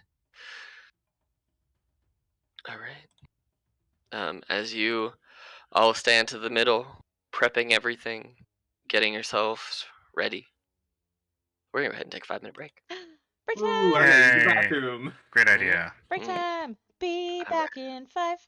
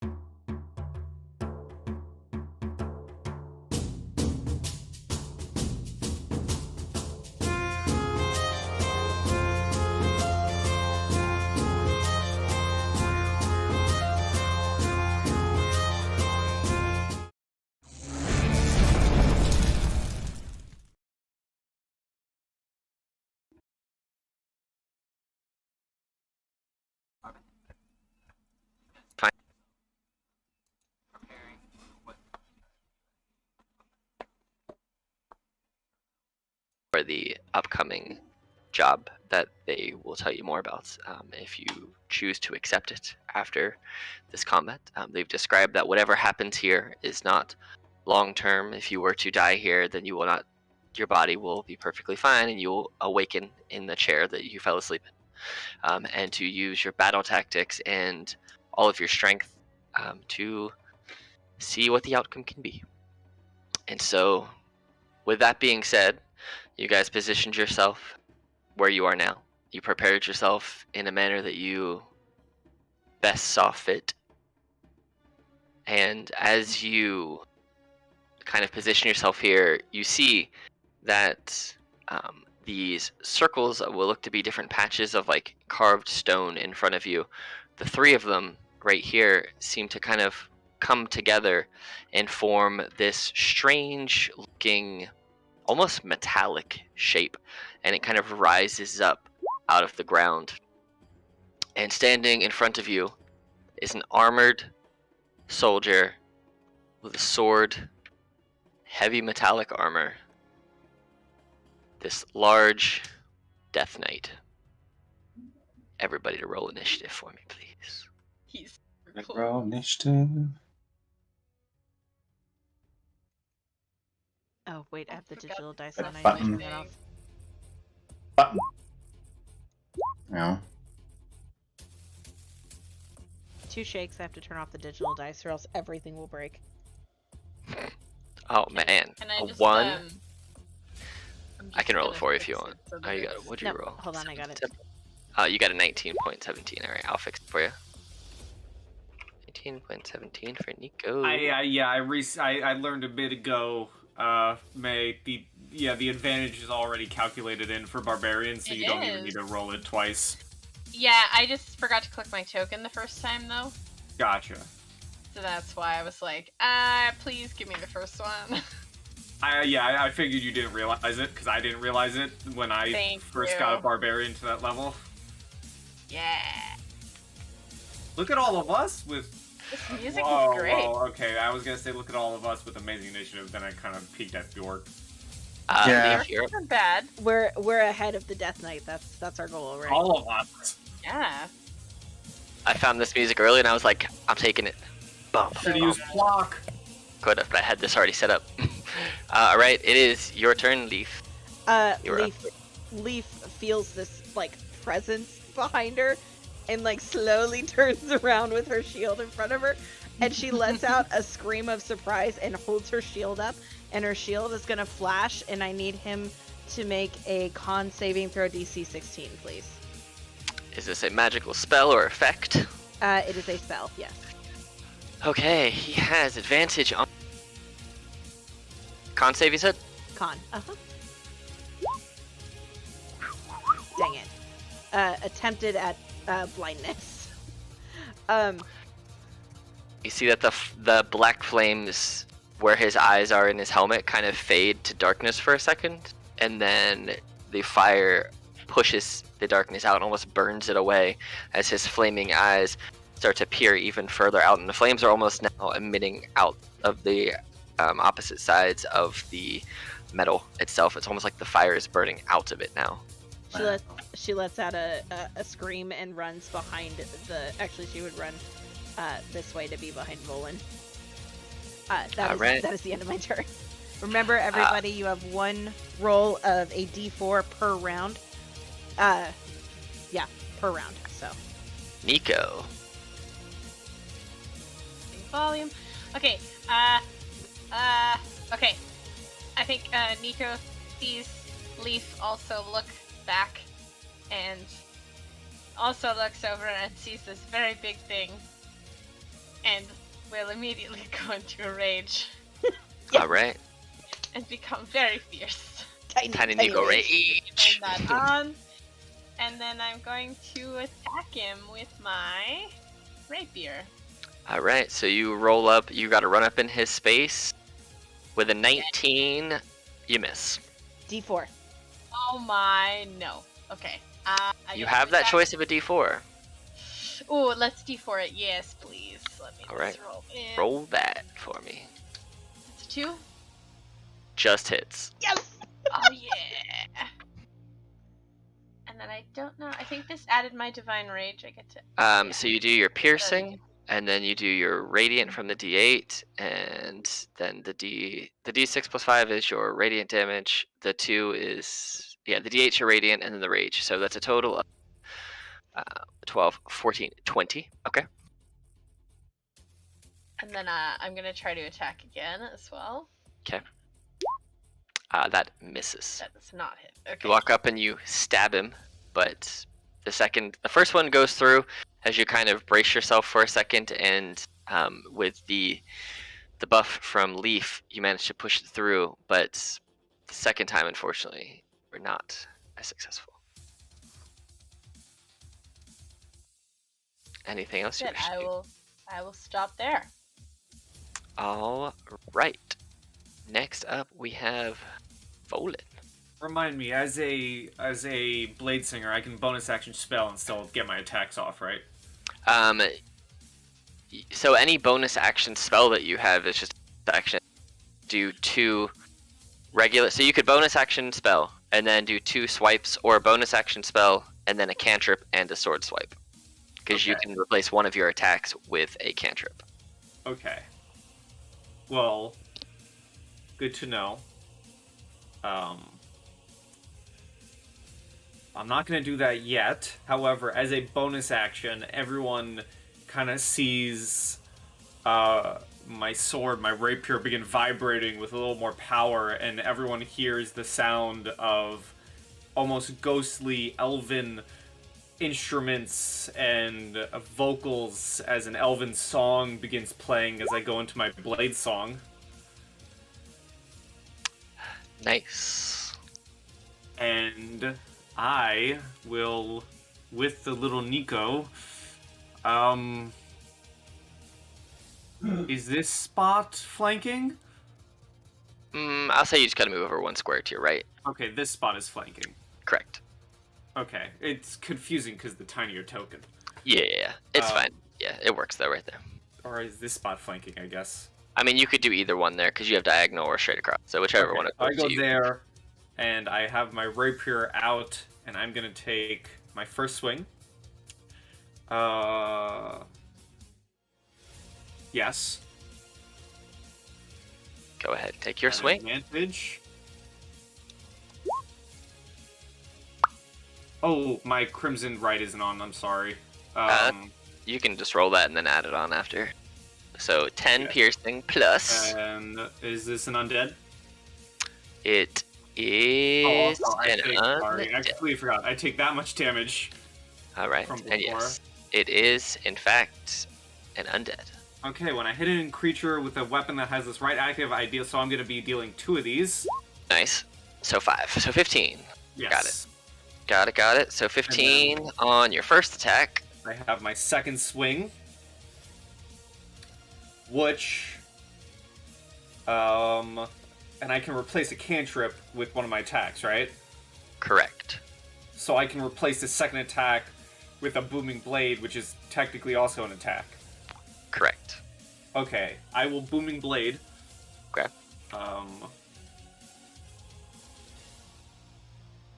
Which so I don't know if this is gonna work. Ooh, it did. Well, I'm just gonna roll again, just for the So as you go to hit him with your booming blade, the radiant energy around your rapier kind of vibrate, and you hear alongside the humming blade song and the light from the radiant energy, it just kind of wraps around like a thundercloud, and you go to stab into him with your rapier, but he takes his long sword and as a reaction deflects it and parries your attack, so the 23 misses. D4. It's go ahead, roll your D4. Okay, I wasn't going to expect you to allow that because I know that's a reaction from him. But sure. You still miss. It gives him a +6 to his AC, which takes it to 27 for that one attack. So 26, you almost get through, and he just kind of holds it. You had to roll a 4, but it's just for that one attack. So unlike shield, it just bangs that thing out to avoid all that damage. Cool. Bjork. Cool. Well, I am burning feet boy right now. Your feet are on fire. So that gives me total all moves the of extra movements. 50. Yes, I realized I also have Zephyr's Strike, so Of the leveled up on. zooms. I need to probably get rid of one of the zoom spells. You don't need 2 zoom spells. That's just Now, I'm not going to zoom. suggest your zooms, but I mean, you already zoomed, but a Charlon Stride, if you zoomed past him, you don't get opportunity tags, so you could have zoomed past him, dealt some damage to him, and then ran away. I suppose so. But I mean, there's a D6 of fire to move that. Yeah. And I want to stay out of reach, especially with you guys being on melee while being far up. My plan is to climb this pillar in case more things come. So next turn, climb it. Yes. Much zoom. But we're on Discord. What? Much zoom. The other zoom. All right, so you run over there. Any attacks or anything? Yeah, we'll just hit him twice with the bow. Do it. Let's do And this is that. cold damage, right? Because Bianca's cold. Yes. Okay. All right, so it's the second one. So 4 and 5. 17 does miss out. And it's I'll add the D4. the 20 misses can't. and the 17 misses. You are well, before the over. corner. You can't. Yeah, you are you're too far over away. Yeah. It's 150 though. For No, you're Combo. for the D4. You have to be within 30 feet, and you are Yeah. out of range. You have to right be now. within 30 feet of somebody else who has it. So right now you're out of range. So unfortunately, both of your arrows.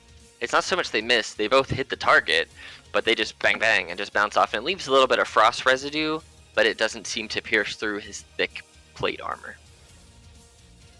got it. You do Okay. have your bonus action. Anything you No. wish to do with your bonus No. action? Other than consider a better strategy for next round. That was Oh, ineffective. Okay. alrighty. So it is now the Death Knight's turn, who has been swung at and attacked by both of you. So it is going to go ahead, and you see in front of you, because you're the one that hit it first, Nico, you see its sword begin to light up with like this purplish black energy, and you see that its sword is now wrapped in some type of something. Was that a spell? As a bonus action, it is a spell. I can hit him as a reaction if he's casting a spell. You can hit him. Thanks to Reaction. Mage Slayer. Yeah, you go. that's right. You took Mage Slayer. There you go. So smart. Is this like a new turn? Do I get the... No, I already used my D4. 19 misses. So you go to stab in, and he kind of looks at you as you stab, and the sword that was going to be meant for Nico, he turns now to focus his weapon on you, as you seem to be the one who wants his attention. So he's going to go ahead and take... He has 3 longsword attacks. He's going to take the first 2 at you and the second one at Nico, just one-handed, and the first attack that hits will get the Staggering Smite, which is the spell he casts as a bonus action on his thing. So here is the first longsword attack against you. Yeah. So you get that plus the Staggering Smite damage, which is 4d6 psychic damage, and I need you to make a Wisdom saving throw, please. So it's going to be this much psychic damage plus 24 because it's crit. So let me do this damage to you right quick here. Well, thankfully, I have a saving throw on. I have advantage on this Wisdom save. You do. So you pass the saving. Plus, so it's the D10 is not crit. It's gonna be 4D. Oh, and you also get the necrotic damage. So let me make sure I get all this damage correct here. Necrotic. Cool. So that's good because you get plus necrotic. Cool. So let me do this damage here, right quick and in a hurry. So you get 16 there, plus necrotic, which will be halved, rounded up, so plus 9, and then the crit, which also doubles, halves that, so another 16, and then this is psychic damage, the Staggering Smite, so plus 19, plus 24. So as he turns and launches down on you, you all see Volin take this. It's almost like Volin's mind is racked as this longsword crashes across his chest, and you take 84 damage. All right, I'm unconscious. And he turns back to Nico for the next two longsword attacks. 1, 2. A 20 and a 20. You are resistant to slashing damage, though. So it's... Yeah, because you're raging. Oh, yes. Okay. So it's going to be 10 total slashing plus 38 necrotic. So 48 damage to you, Nico. Okay. And that is this monster's turn. Well, he'll take some movement and go to here, but that is his turn. Leaf, you see Volin take one slash across the chest and holds up to his mind and just collapses. She lets out a scream of distress, and she throws her shield up in the air, and it expands and spins and lands right here, giving a 30-foot radius. And I don't have anything for that yet, so we're gonna of course use Bestest Boy. Come here, Bestest Boy. Up. If you will please put a 30-foot radius on Simon. Simon is a 30-foot radius. Any particular color? Gold, please. Or Or yellow. That's brown. We'll do this one. Bam. Perfect. Bam. 30-foot radius. And she will begin concentrating on Beacon of Hope. Ooh. And then she is gonna move 30 feet. What is the most efficient way for her to move? Oop. I am moving my entire map. I do not mean for her to move there. I mean for her to move there. So I'm going this way. And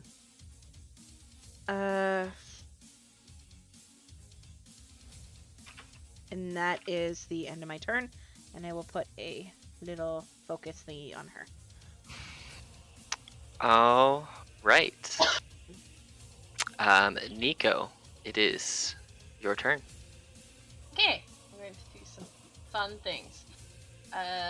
When I find it. Sorry. I would like to use Zealous Presence. Ooh, okay. And that is this. So, I think everyone's within 60 feet of me and can hear me right now. Correct. Well, hold on. How far away? Ooh, yes. Yeah, very. Everybody can hear your scream of zealousness. You can faintly hear me screaming, Bjork. So little Nico is going to say, "Together we are stronger. We can do this." And it gives you some extra advantage. So yay. All right, that's your bonus action. Yeah, that's bonus action. So I still have action. So I'm going to use that to attack with Crystal Rapier. Okay. So I do that. That will miss. And that will also miss. As well. You know what? It says up to 10 other creatures. I say yes, because I like to say you can have your own zealous presence. So yeah, we'll say that's your first attack, and you gain advantage because it's a once a day thing. So I don't see why you shouldn't be able to do it to yourself too. So there you go. You hit him. And then I would also like to use the recharge from one of my charges. So 17 plus 2 plus 8 plus 3. Not 83. Okay, 17 plus 2. Which is I'm guessing the 8 is the radiant there? Yeah, so so you'll get 10 back on the radiant because it's 2 plus that. So 17 plus 10 plus 3. And then, yep, that should be right. I don't know why it doubles the 2 8s right there. That's weird. Spend 1 charge to regain a number of hit points equal to the extra radiant damage on the sword dealt. So yeah, so you get 10 back, and it takes 30 damage. Woo! Cool. All right. Is that your turn? Okay. Yes, it is. All right. Volan, you're down, but you have advantage on death save. Oh, Indeed. you have advantage on death saves. So you roll 2 1s. That'd be hilarious. Dude, don't. Yeah. 14.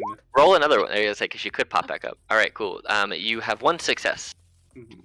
That is your turn. Well, the last time I also had 1 success, and then I failed everything. I don't think you're gonna make it that many rounds without failing now. Bjork, you saw this big Death Knight turn and just 1/drop your friend. Ow. Uh-huh. I do have some heals, but there are better heals persons, so I'm wondering about waiting on heals. Healing spirit, la la la la. Range 60 feet.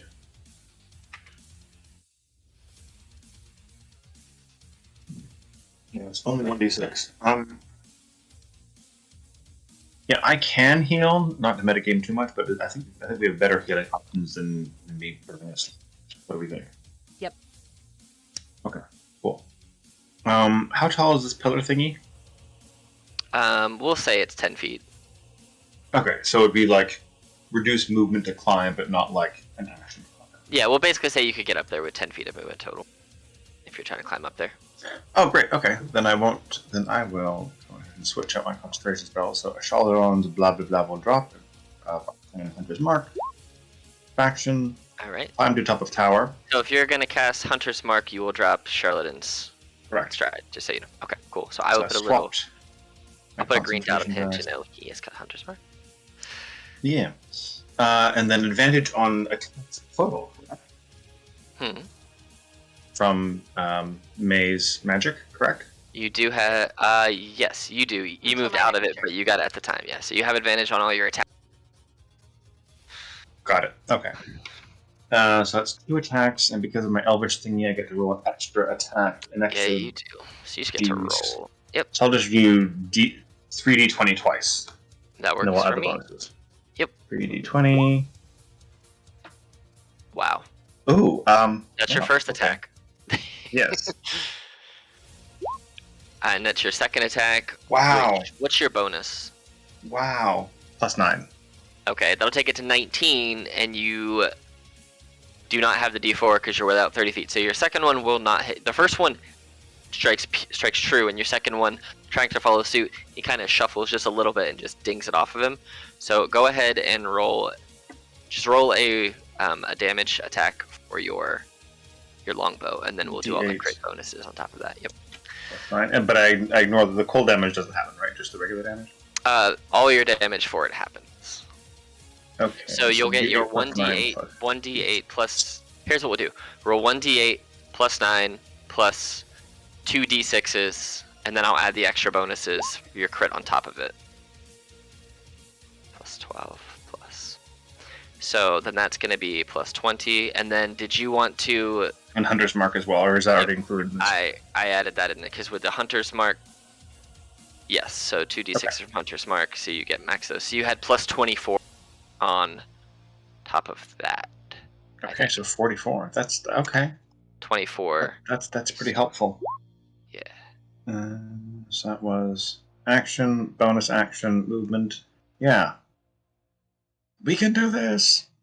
Let me make sure I did this math right. So you had your D8, which is max, then you had your 2d6s, which are maxed, then you had 20, and then did you want to use your dragon to give you that bonus d6 as well? Well, you're not within 30 feet of it, so it can't do that. Oh, Never mind. I'll just have... Actually, I think Bianca should probably fly.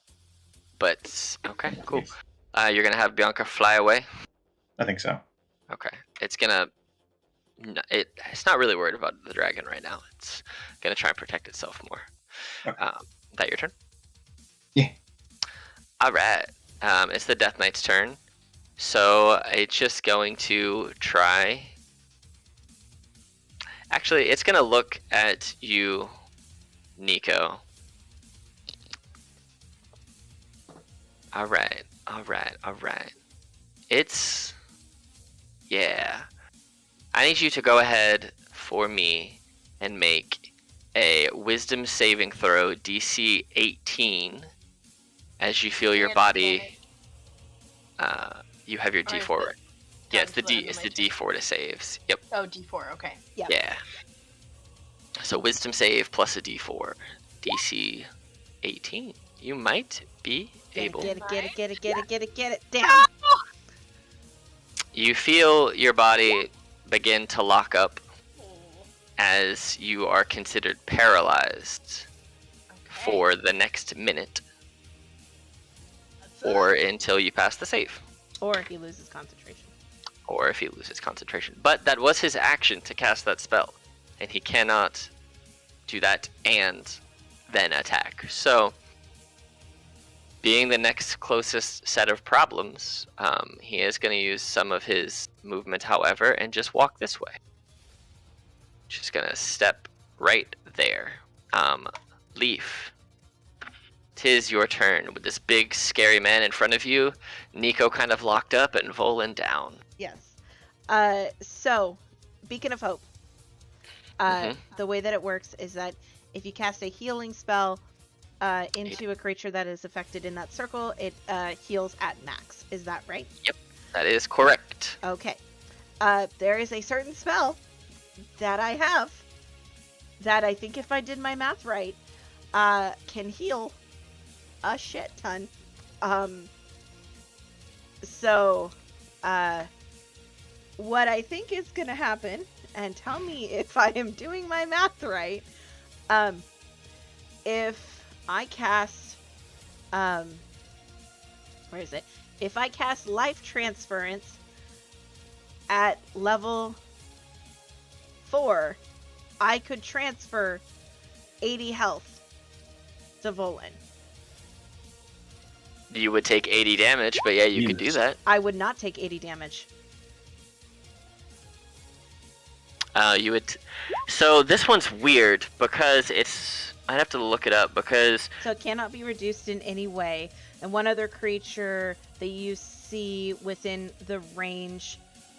So this one's different because this one, since it's necrotic damage and not a, I think it can only affect. Let me look it up real quick, but I'm pretty sure it can only double the damage you take. But let me check. Beacon of Hope. I just looked it up. Jeremy Crawford says no. Yeah, there you go. So that's one of the only ones that doesn't work with. So if you did. According to Crawford, Beacon of Hope has no effect on life transference. Beacon of Hope maximizes healing rolls, not damage rolls. But it turns itself into. But you wouldn't be able to max. You wouldn't be able to max it though. It would.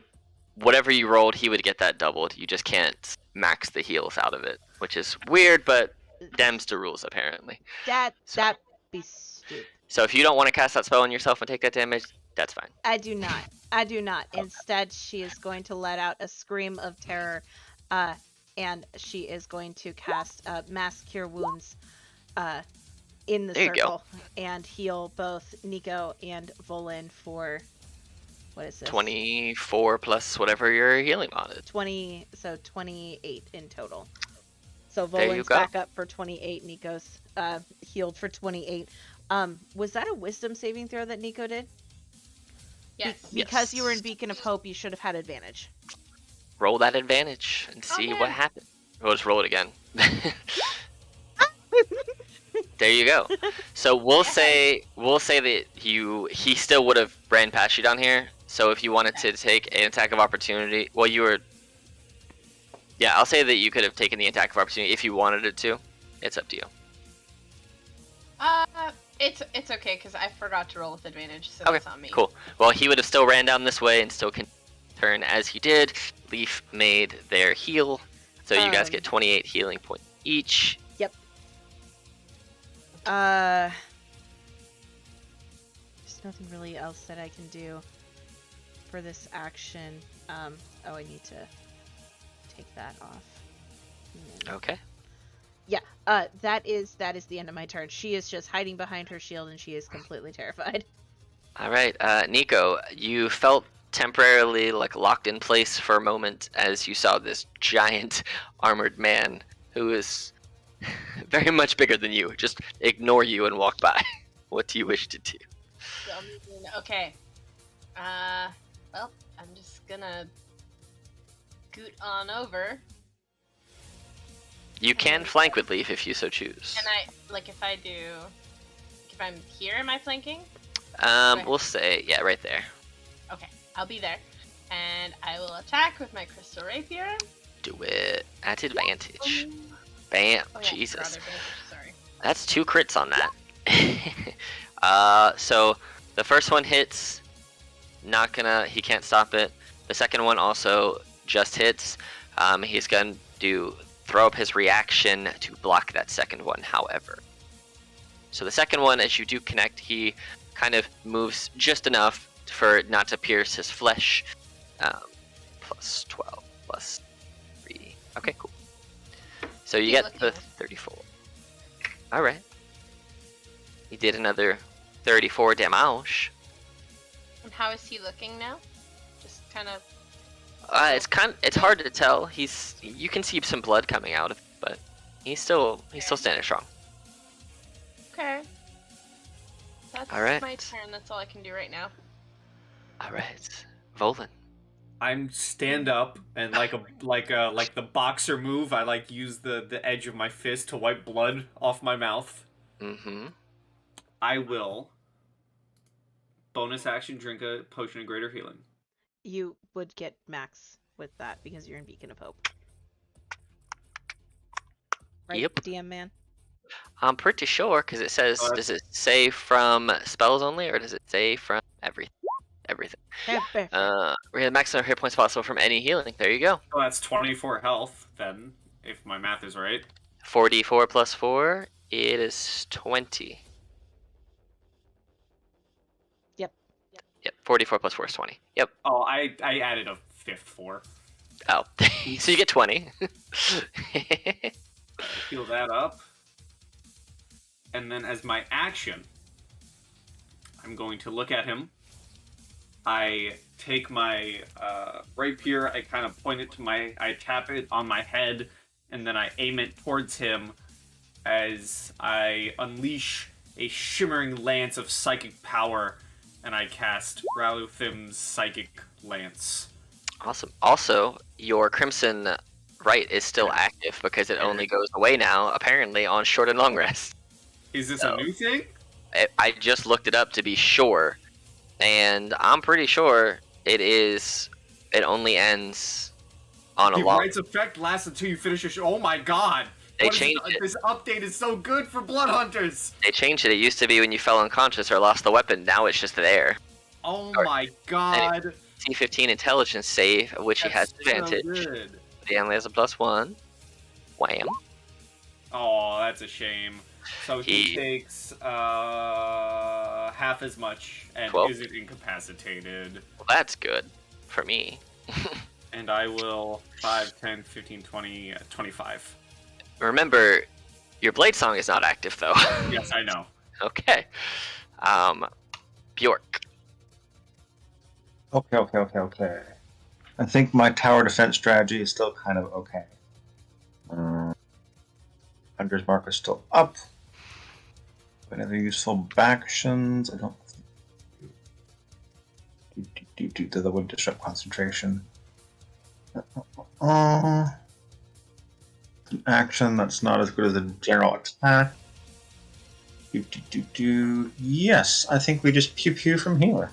I hope he doesn't notice because it's fine. Do it. So you just have regular straight attacks.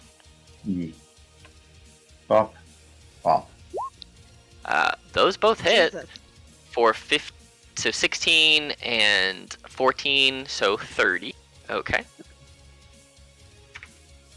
All right. Anything else on your turn? Follow my nails a little bit. Make sure I don't catch the bowstring. All right. Cool. You also have your D6 on each of those for your D6. Oh yeah, so 2d6. Mm-hmm. Okay. Hey, it works. And I'll say it has no effect on him right now. because he's not.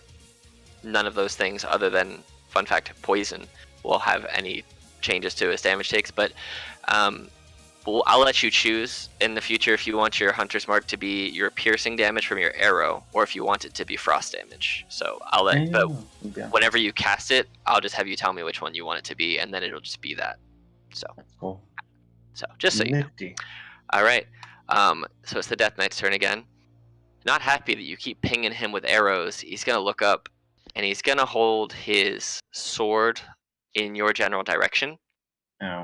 And you see forming at the tip of it this large ball of red and black fire. And he hurls this hellfire orb out. Is this a spell? It is not. Damn. No. It's an ability, yeah. It's an ability. It's a once-a-day ability.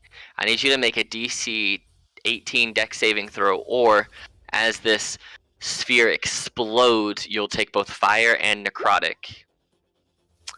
29, so you'll take half of this. That's a hell of a save. So you take half of that. So half of 64. So you take 32 total damage. 16 of fire, 16 of necrotic. As this just ball of necrotic fire just explodes and engulfs your body for that much damage. And my nails anymore, they're burnt off. It's alright. He's still standing. Yeah. That would be still standing. Yeah, if he rolled max damage on those, it's 120 damage. So, yeah, but he didn't. But that is his action. And for his bonus action, he's gonna risk it for the biscuit. And you see his sword engulf this. You can attack him on. It's going to engulf in a flame type of damage, and I'm gonna say now he's going to use a 3rd level spell slot for Searing Smite. Oh, cool. 3rd level counter spell. Okay, cool. Go to counter spell, and it works. So there you go. So you see the sword starting to light up, and then Volan just goes, nope, and just it burns right out. But I wanted to be above board with you knowing what level I hit you with a smite with came through. So, didn't work. He's not very pleased. I don't have a counterspell to your I got a parry.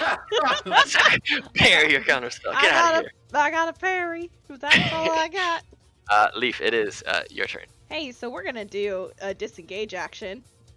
Okay, bye. Okay, bye. I'm over here now. He is Sentinel, not really.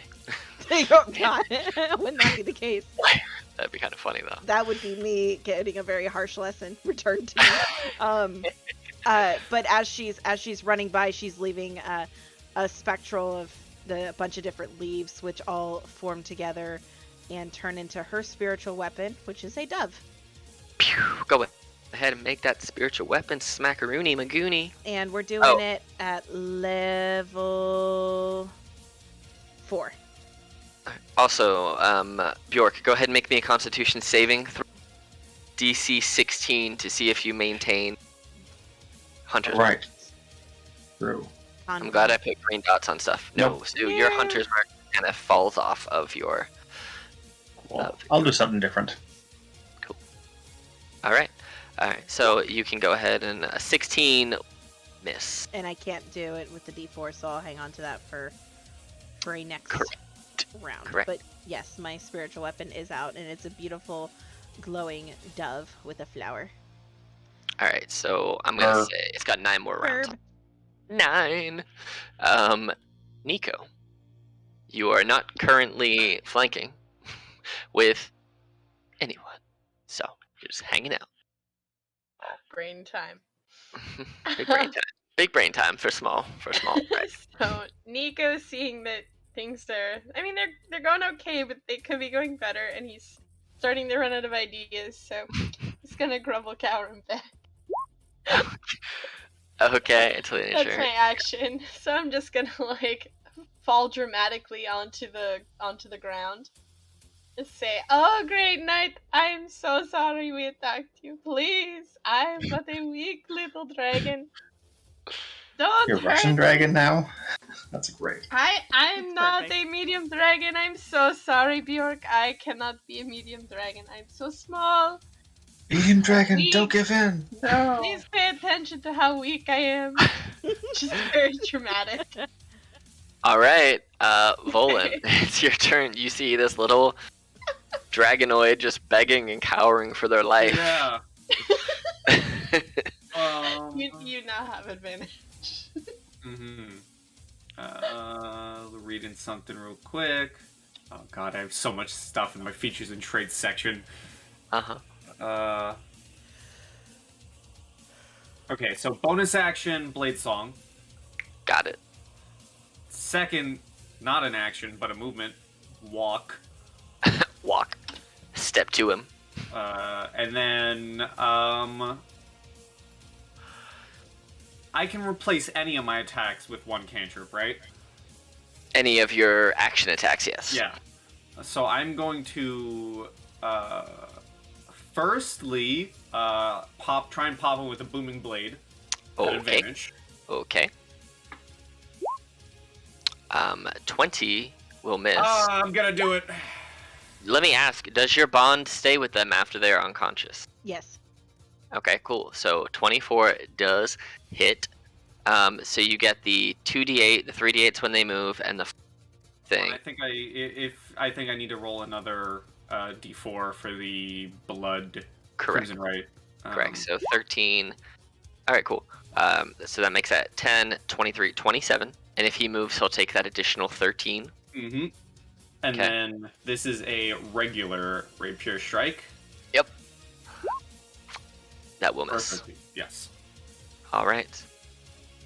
You crack in, and the thunderous, bloody ringing of this sword just kind of like you see blood spurt out between the cracks of his armor, and it's like his armor is beginning to crack a little. Nice.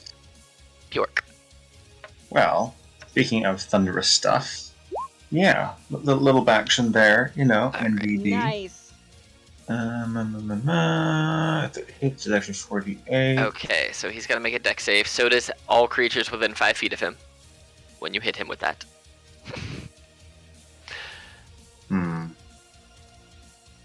Dex save. Wham. That is a good deck save. That is. That's a very good dex That is save. a primo deck save right there. Somehow, Oh. Big Metal Man is just like, no. So he'll take half that damage, and you get your... Is it regular longbow damage on top of that, or is it just Yeah. the... Okay, cool. So you can...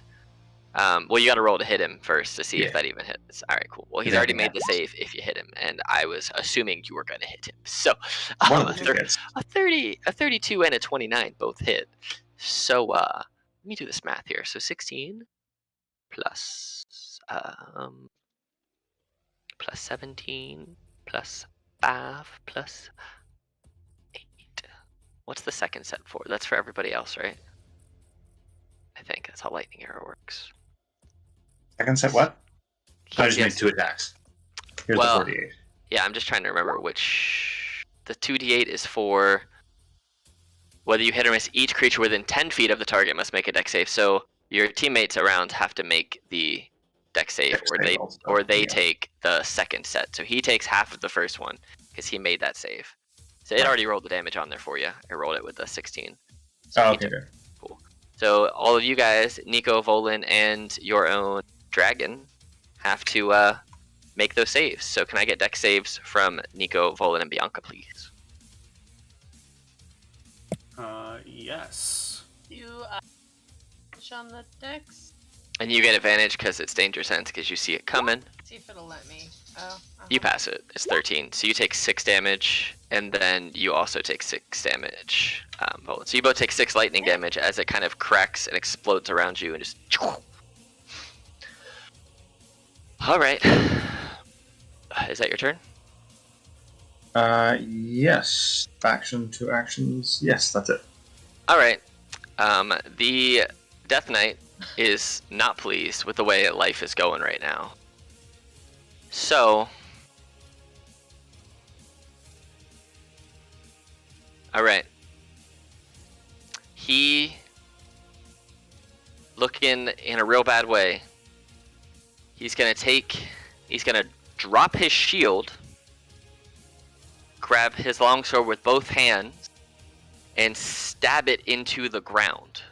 And you see that as he stabs it into the ground, it's almost like he hits Jello when you slap Jello in a bowl, and it kind of makes that wave, almost like a rock hitting a pond. And you see all the ground around him for 30 feet around him. So I will put it so you guys can see it. All of that space around him, including you, Leaf, it gets you. See the ground start to starts to wave, and I need everybody to make for me, everybody in that, to make for me a DC 18 dexterity saving throw. Is this a spell? It is a spell. I have advantage on this saving throw because of it. Excellent. It apply? It does apply, yes, because you feel the ground start to shake out from beneath you. Okay. Oh, Leaf! Alright, so it's DC 18, so the two of you pass, and Leaf fails. I also need Bianca to make that dexterity save, because she is within 30 feet as well. Oh, yeah, okay. Don't know what their stats are, but there's a d20. Okay, so... Alright, so she's also going to fail. So, those of you who failed will take... It makes me roll them both together. So you'll take 5d6 thunder as well as 5d6 necrotic and be knocked prone. Those who pass it are not knocked prone and only take half this total damage. So 1, 2... Oh, give me the other one. There we go. So 24 plus 18. The first is thunder, the second is necrotic. 24 plus 18. So 42 damage to Leaf and you're knocked prone. Bianca, 42 damage and knocked prone. I think she's the other gone. Okay. No, she has 60 HP. She's good. Oh, really? Yeah, Okay, she's strong. Okay, the cool. other two of you take 21 HP. And Do I then reduce the necrotic again because I'm resistant? yes. So you would take from that 12 plus, we'll say 5, so 17. Okay. Yep. And then Leaf, roll me a con save to see if you can maintain your beacon of hope So it is against It is a 21, and I have DC. I have advantage on my Constitution saving throws because I am a warcaster and I have proficiency in it. So here's hoping. There you go. I rolled twice. It's an 18, so I drop it. Wait. You have your D4, which you just make it. Yes! Hanging on by the skin of my teeth. Oh my god. Well, that was its action, and it's going to, since all it did was drop the shield, it's going to use its object interaction to lift its shield back up and have everything going. But that is its turn, as it turns to look at Nico and Volin, who are still standing in big pains. Leaf, that did not feel good. That did not feel good. Leaf is like staring up at the ceiling for a second, just her head spinning a little bit. And she will slowly sit up, and because Nico is still cowering, I think, if I remember correctly, she will Leaf will get to her feet, and she will hold her shield in front of her, and say a little prayer inside of the shield, and I will cast a level 3 guiding bolt at advantage at him. Break. What the fuck? 19 to 22 to hit. Bam. That yes, that hits for 21 radiant. Okay, 21 cool. points of radiant damage. Yeah. I was like, where's the damage? I know it's up there. I saw it. Cool. All right. You smash him right in the chest, and the radiant energy kind of bounces around him and is highlighting him temporarily with a golden hue. And then the spiritual dove is gonna dive bomb to make an attack. At advantage. At advantage, thank you. Dang it. Fortunately, it goes to smack into it, but the Death Knight just inherently just lifts up the shield and it just bongs off the shield, not really affecting either one of them. Nice. That is the end of my turn. All right, Nico, you are cowering in front of this giant man. Okay, I'm going to pop up now. Excellent.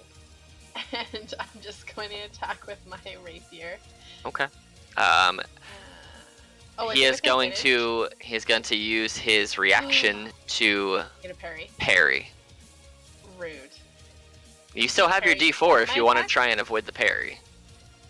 So Oh yeah, I can do D4. Sure. his AC is currently 27 for this one attack, Yeah, and you of break course. through. He goes to parry. You seeing this before? You just kind of like, whew, almost like a swashbuckler, just kind of moving it and going underneath because you're so small and he's so big.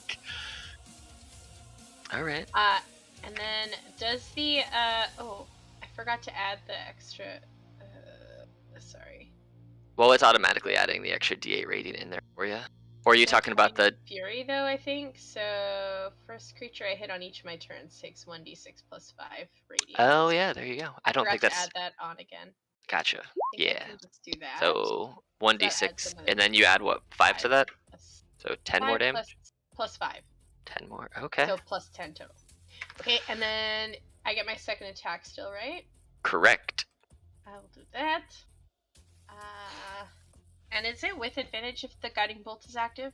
It is not because the spiritual weapon used the guiding bolt advantage and failed I see. with the one. Okay. Yeah. That's okay.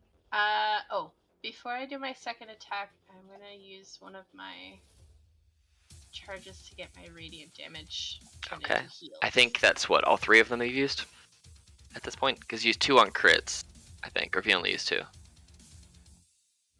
What's that? Have you used 2 so far, or 3? Because you only have 3 of those. I only used one, I thought. Oh, so this is your Heals second one? myself. Okay, cool. So this is your second one. So you get 2 radiant damage in heal. Okay. Perfect. Little bit of that. Okay, and then I'll do my other attack. Sorry. Oh, you're fine. That misses, And the no. unfortunately. Okay, Yes. that's my turn.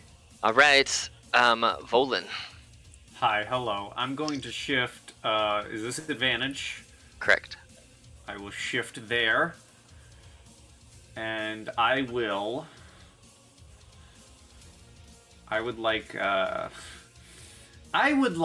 to not attack him, but use my ring of truth telling to do an insight to see if he's lying to me.